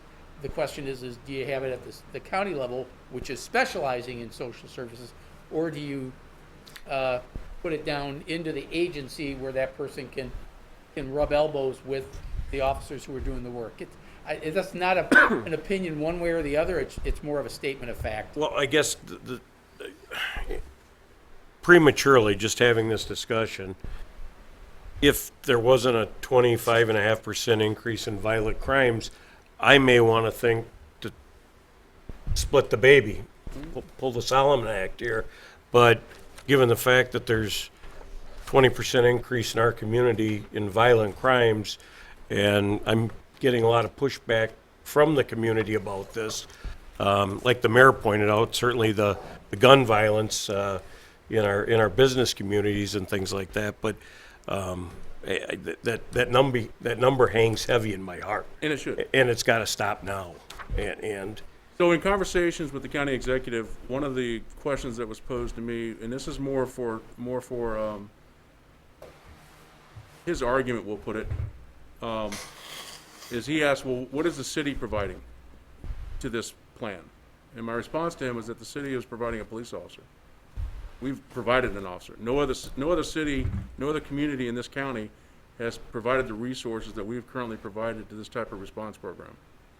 And he digested that a little bit, and as an alternative, he had suggested, is there some financial commitment that the city could provide to the county, whether it be a percentage or of the social worker position? We fund 25% of the position and the county pick up 75%. Whatever model that may come into play, contingent upon the county picking up on the rest of it. Now that's something for you to consider. I give that to you. Again, that's part of our conversations that him and I have had. Am I confident that will get us across the finish line with the county? No, but that's a part of the conversations that I've had with him as well. Yeah, and I think that's an important thing for us to understand, that he's got a board, the county executive has a board to work with. Just, Yes. it's a good idea. Whether it can be delivered upon is a whole different discussion. Yes. And again, the county is the public health experts. So, or, I mean, that's just a fact. We've surrendered our public health duties how many years ago, Mark? 10, 15? 10, how many years ago did we surrender our public health services here in the city to the county? 9 years ago. 9 years ago. So do we provide them any funding for that at all anymore, or are they totally self-funded? No, that's, Okay. there used to be a special levy. Okay. That existed. They get all this, any state money we would have gotten. Goes They're to not them. getting. Okay. Yeah, but again, Chief, you mentioned earlier that the requests for the body cam footage was up in the thousands, and I just had a question on the annual report from page 62 then. So the number of open records requests from 2019 was at 5,819, and then in 2020 it was down to 4,847. Would those body cam footage requests have been in the open records requests? Yes. So when you were saying they were in the thousands, you weren't kidding. So this only goes up to 2020. Do we have any kind of rough idea as for so far this year? The number there's a sticks in my trend? head. She she's doing, is it 900 open records requests a month or something? There's about 700 per month, but keep in mind that an open records request it could be for the report, it could be for the body Okay. cam, it could be for any, like the call for service, the phone call to 911. Yes. But, and and- each one of those records requests, again, when you start talking about body cam, it's not just one video. If there's 10 officers, that's 10 videos. Right. One records request, but 10 videos. Yes. Oh, wow. Yeah. As an next- example, Yeah. when I read to you this recap from this morning, most of the shift responded to a report of a male. So that's going to be probably 7, 8, 9 officers, 7, 8, 9 body cameras, not including the supervisor, who now has body camera too. So every one of those has to be reviewed. In terms of your social worker requests, personally, I like the idea of a co-op. I like the idea of a, for lack of a better term, a pilot, a partnership with an entity that already has, well, they know what they're doing in terms of social work, and so if there is any aspect or any possibility of this body or the city manager's office in attempting to leverage and create some sort of partnership with our county partners, I think that's a strong first step, and I'd be really supportive of that. I appreciate that. Just in terms of And just we've been very intentional in developing our programming. And then when I say we've been intentional, every step of the way, we're working with Human Services. Is this the right solution? Can this fit? We're not going to do anything without having them involved. To the selection of a behavioral health officer, having them sit in on the panel. This officer seems to have the characteristics and traits of somebody that we think can be successful at this. And I know by doing that, it does create a management situation where maybe, they aren't necessarily under your management, and that can create some problems. I think at least in the short term, it may be a first step, and then it does prove its benefits from there on, that, all right, here's how it's been working, and then now we should have one under our roof, and Can I just ask, just some feedback. what would be the major difference between this position and the school liaison officers, other than, of course, they are armed officers in the schools, but in terms of the work that they do, is there a similarity in terms of connecting to resources and relational? If there is, it apples and oranges? It truly is going to be apples and oranges. Remember, our behavioral health officer and this particular programming, this is for folks who have mental health issues. Most of our children have adolescent issues that are a product of whatever it might be. There are a segment of our student population that certainly has mental health issues. But what we're dealing with on the street is specific to those who have some sort of lack of care for themselves, mental health issue, no connectivity into the community so that they can get the resources that they need. Where the schools, they have multitudes of resources available to them. Our community members out on the street, they don't have it. And the officer who rolls up on a call, she receives an MDC message for a welfare check. They have no clue what they're going into right now. So the programming itself is driven a lot by response, but it's also driven by planning. It's also driven by, we know certain members of our community that have mental health issues. We have been with them a lot. We spend a lot of time, a lot of resources on them individually.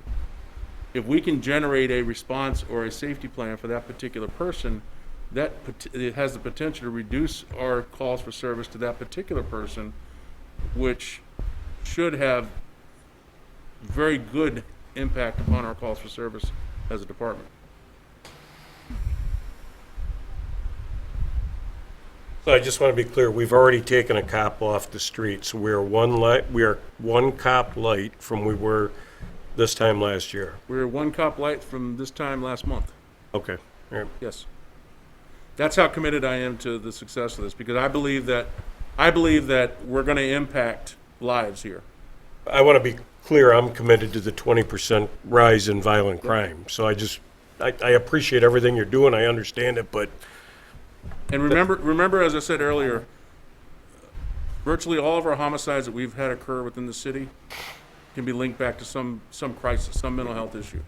And if I can keep one person from getting killed because of a domestic situation, because of some mental health issue along the way, or we can prevent suicides, then we're helping our community.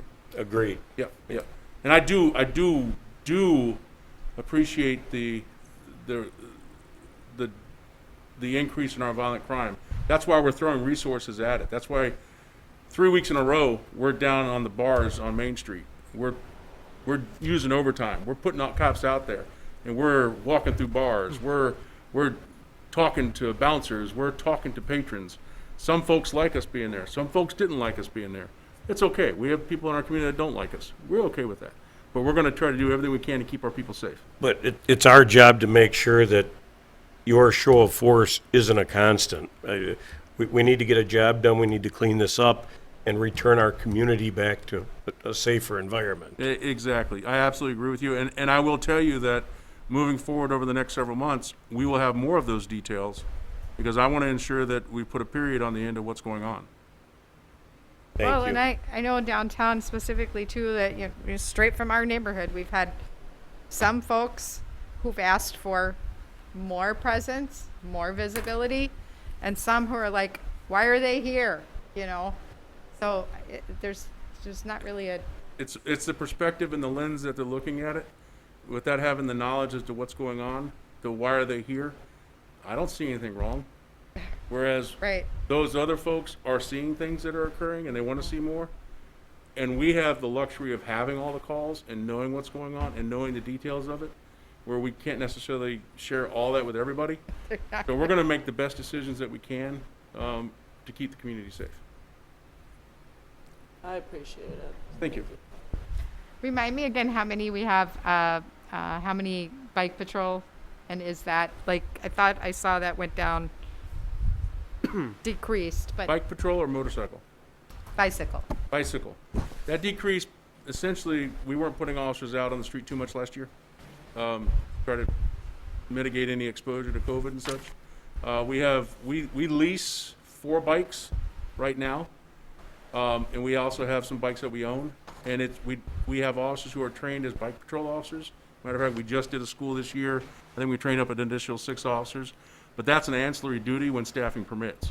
So when our staffing numbers don't allow us to put an officer on a bicycle, we can't put an officer on a bicycle. Those are some of those services that we can't deliver if we don't have the staffing. Of course. And the bike is limiting. They can't respond to a high-speed chase across town or something. They won't win. Yeah. It's a special bike. Or downhill. Chief, anything else with your operating budget besides the enhancements? No, there's really nothing of real You've used up your allotted hour, I'm just saying. So. There is nothing that is heavy within our budget. There's some shifting of accounts. There's some dollars here, dollars there, but our increases are very minimal. Roughly $13,000 increase year to year, not including personnel costs. And I share this with people in the community just as a kind of a reminder. I have about $800,000 available to me to put uniforms on police officers, to clean those police officers' uniforms, to buy squad cars, to put paper in the copy machine, to anything and everything we do, including training. That's what I have for 150 employees, and that's it. We do have some additional budgets to cover. Briefly, they're pretty static. One being the auxiliary budget, which Crossing guard? we have crossing guards too. In the auxiliary? Why don't you do animal care first? Animal care is on page right after the- 137. Yeah, right after patrol. And that's our static, what, 3%? 2.5%. 2.5%. I will tell you that next council meeting, you'll see a new agreement coming to you with the Humane Society. It's renewing the agreement. We did not do a 2.5% increase last year due to COVID. We were working basically under gentleman-gentlewoman agreement over last year, and because our contract had expired. This renews the contract for an additional 4 years. We're very happy with the service that the Humane Society provides to us, and the 2.5% increase, trust me, is well worth it for us not to hire staff for answering stray dog calls or housing these animals. Okay, now auxiliary. I just keep turning the page and you'll get to each one.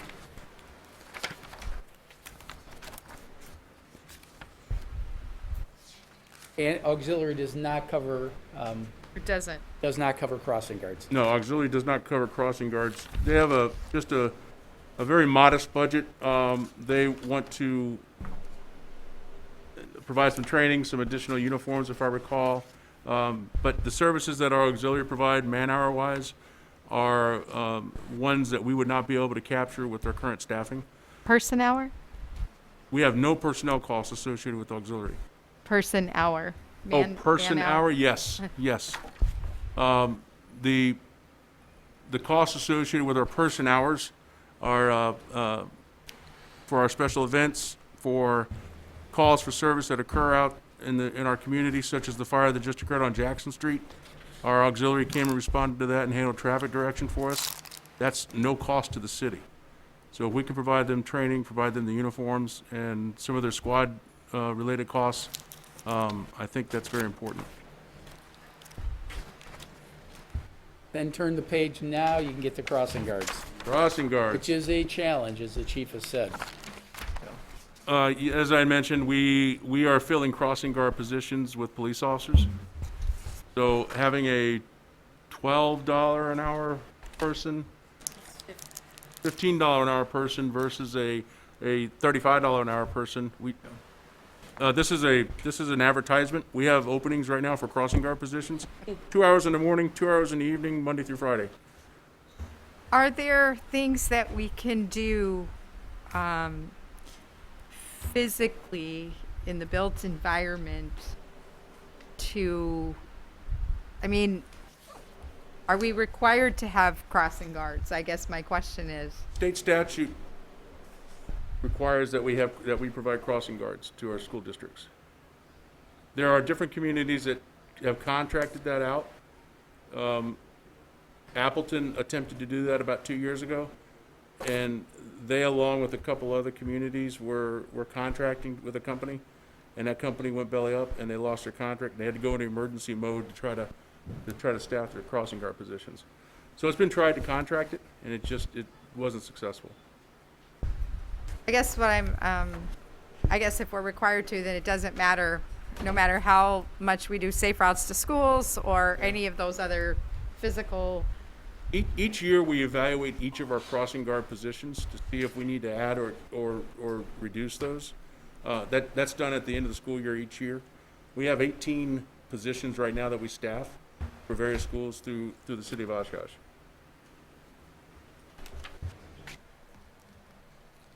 Is it one per school? No, it's just, it varies by school. There are some schools we have more. For example, we added one for Jefferson. Jefferson because of closure of Smith. So we're covering the kids. Do we have 2 or 3 there? Jefferson has 3 crossing Yeah, guards. so we're covering at 9th, and Oregon. I don't have all that in I here. think 9th, Oregon, and somewhere to the south. Yes. Like South Park or something like that. So in that case, 3 are necessary. Is it based on traffic counts? It is. or? It is. Okay. We try to do a traffic count of locations, of how many students are crossing, and that's purely 1, 2, doing that type of stuff, and we'll reduce if we can. But it's always a struggle for parents when they don't have their crossing guard, even if there's only 2 or 3 kids that are using that location.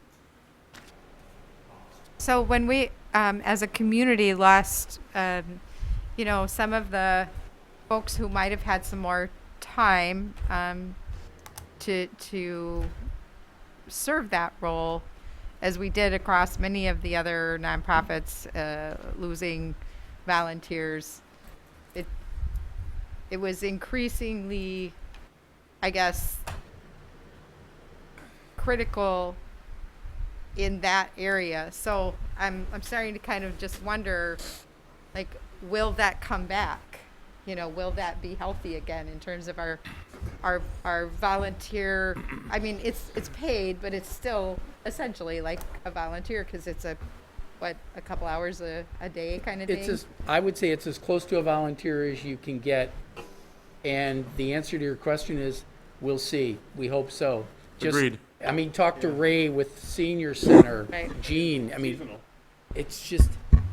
it's people are slow to come back. I will And tell you that we struggle with filling some of our more traditional part-time positions. It has to do with pay. It has to do with the fact that our contacts in the front, their pay structure lags behind other cities' pay structure for similar jobs. That's a struggle for us. That's a challenge that we have to face every day when we put out a job notice and they look at the pay and they can do the same job in Oshkosh that they would do in Appleton, but Appleton's going to pay them more money. They're going to go to Appleton. The same thing with our teachers. Our teachers can go to Appleton, Green Bay, other communities, make more money, and Yes. so pay is definitely an issue these days. Yeah. So we had to increase the seasonal for the parks. Is this? It's in here too. At $15 an hour, are we looking at an increase or no for the crossing guards? Oh yeah, we need to do it for the officer or the crossing guards too. We and I knew we you put actually that in, right? programmed in a $2 increase in the Okay. crossing Yeah, guards. all of these seasonal ones Right. we know we got to do. Okay. And Or we're do without. yeah, I mean that's But we can't if right we- now if what without they is one of require. his No, that's what I'm blue. saying. Those are our two options. There is a requirement that we provide school crossing guard services. There's no requirement as to the amount, as to how many we actually provide. It sort of says if it's done by us. Yes. But we could say no. We could say no to two of the ones at Jefferson, for example. Now, I would say that the families in Jefferson would be in here pronto, but we could make that decision. It's It'd be a very unlikely. non-agenda speaker coming to see you. Yeah, I mean, these 18, I mean, obviously, we're not willy-nilly just doing them anywhere. No, there are. I've had requests to add positions, and I've held on to no, not until we find a need. Frankly, I got to fill the ones I have. Yeah. Or That- get up a little earlier. Is this your last one? This is my last one. Okay. Obviously, the biggest don't want part you was being my all the crossing guard. enhancement discussion, which, It's hurt more than by himself. Falls down a lot. Okay if I get hurt, as long as the kids don't. He falls down a lot. You want me to call social services on your kids? That's only for school board members. Yeah. pushing you? Who's pushing you down the steps? Which one? Oh, it was a tree. Are there any other questions? Well, thank you all very much for the opportunity to speak with you today. Thank you. Thanks. our next And session. thank you, because I know you do all the numbers and to make him look good. So I don't, he's not that smart, I know that. We're at 8:15 tomorrow morning with Public Works. If you want to get here a few minutes early for breakfast, that's great. Otherwise, we will see you tomorrow. Thank you very much for your attention today.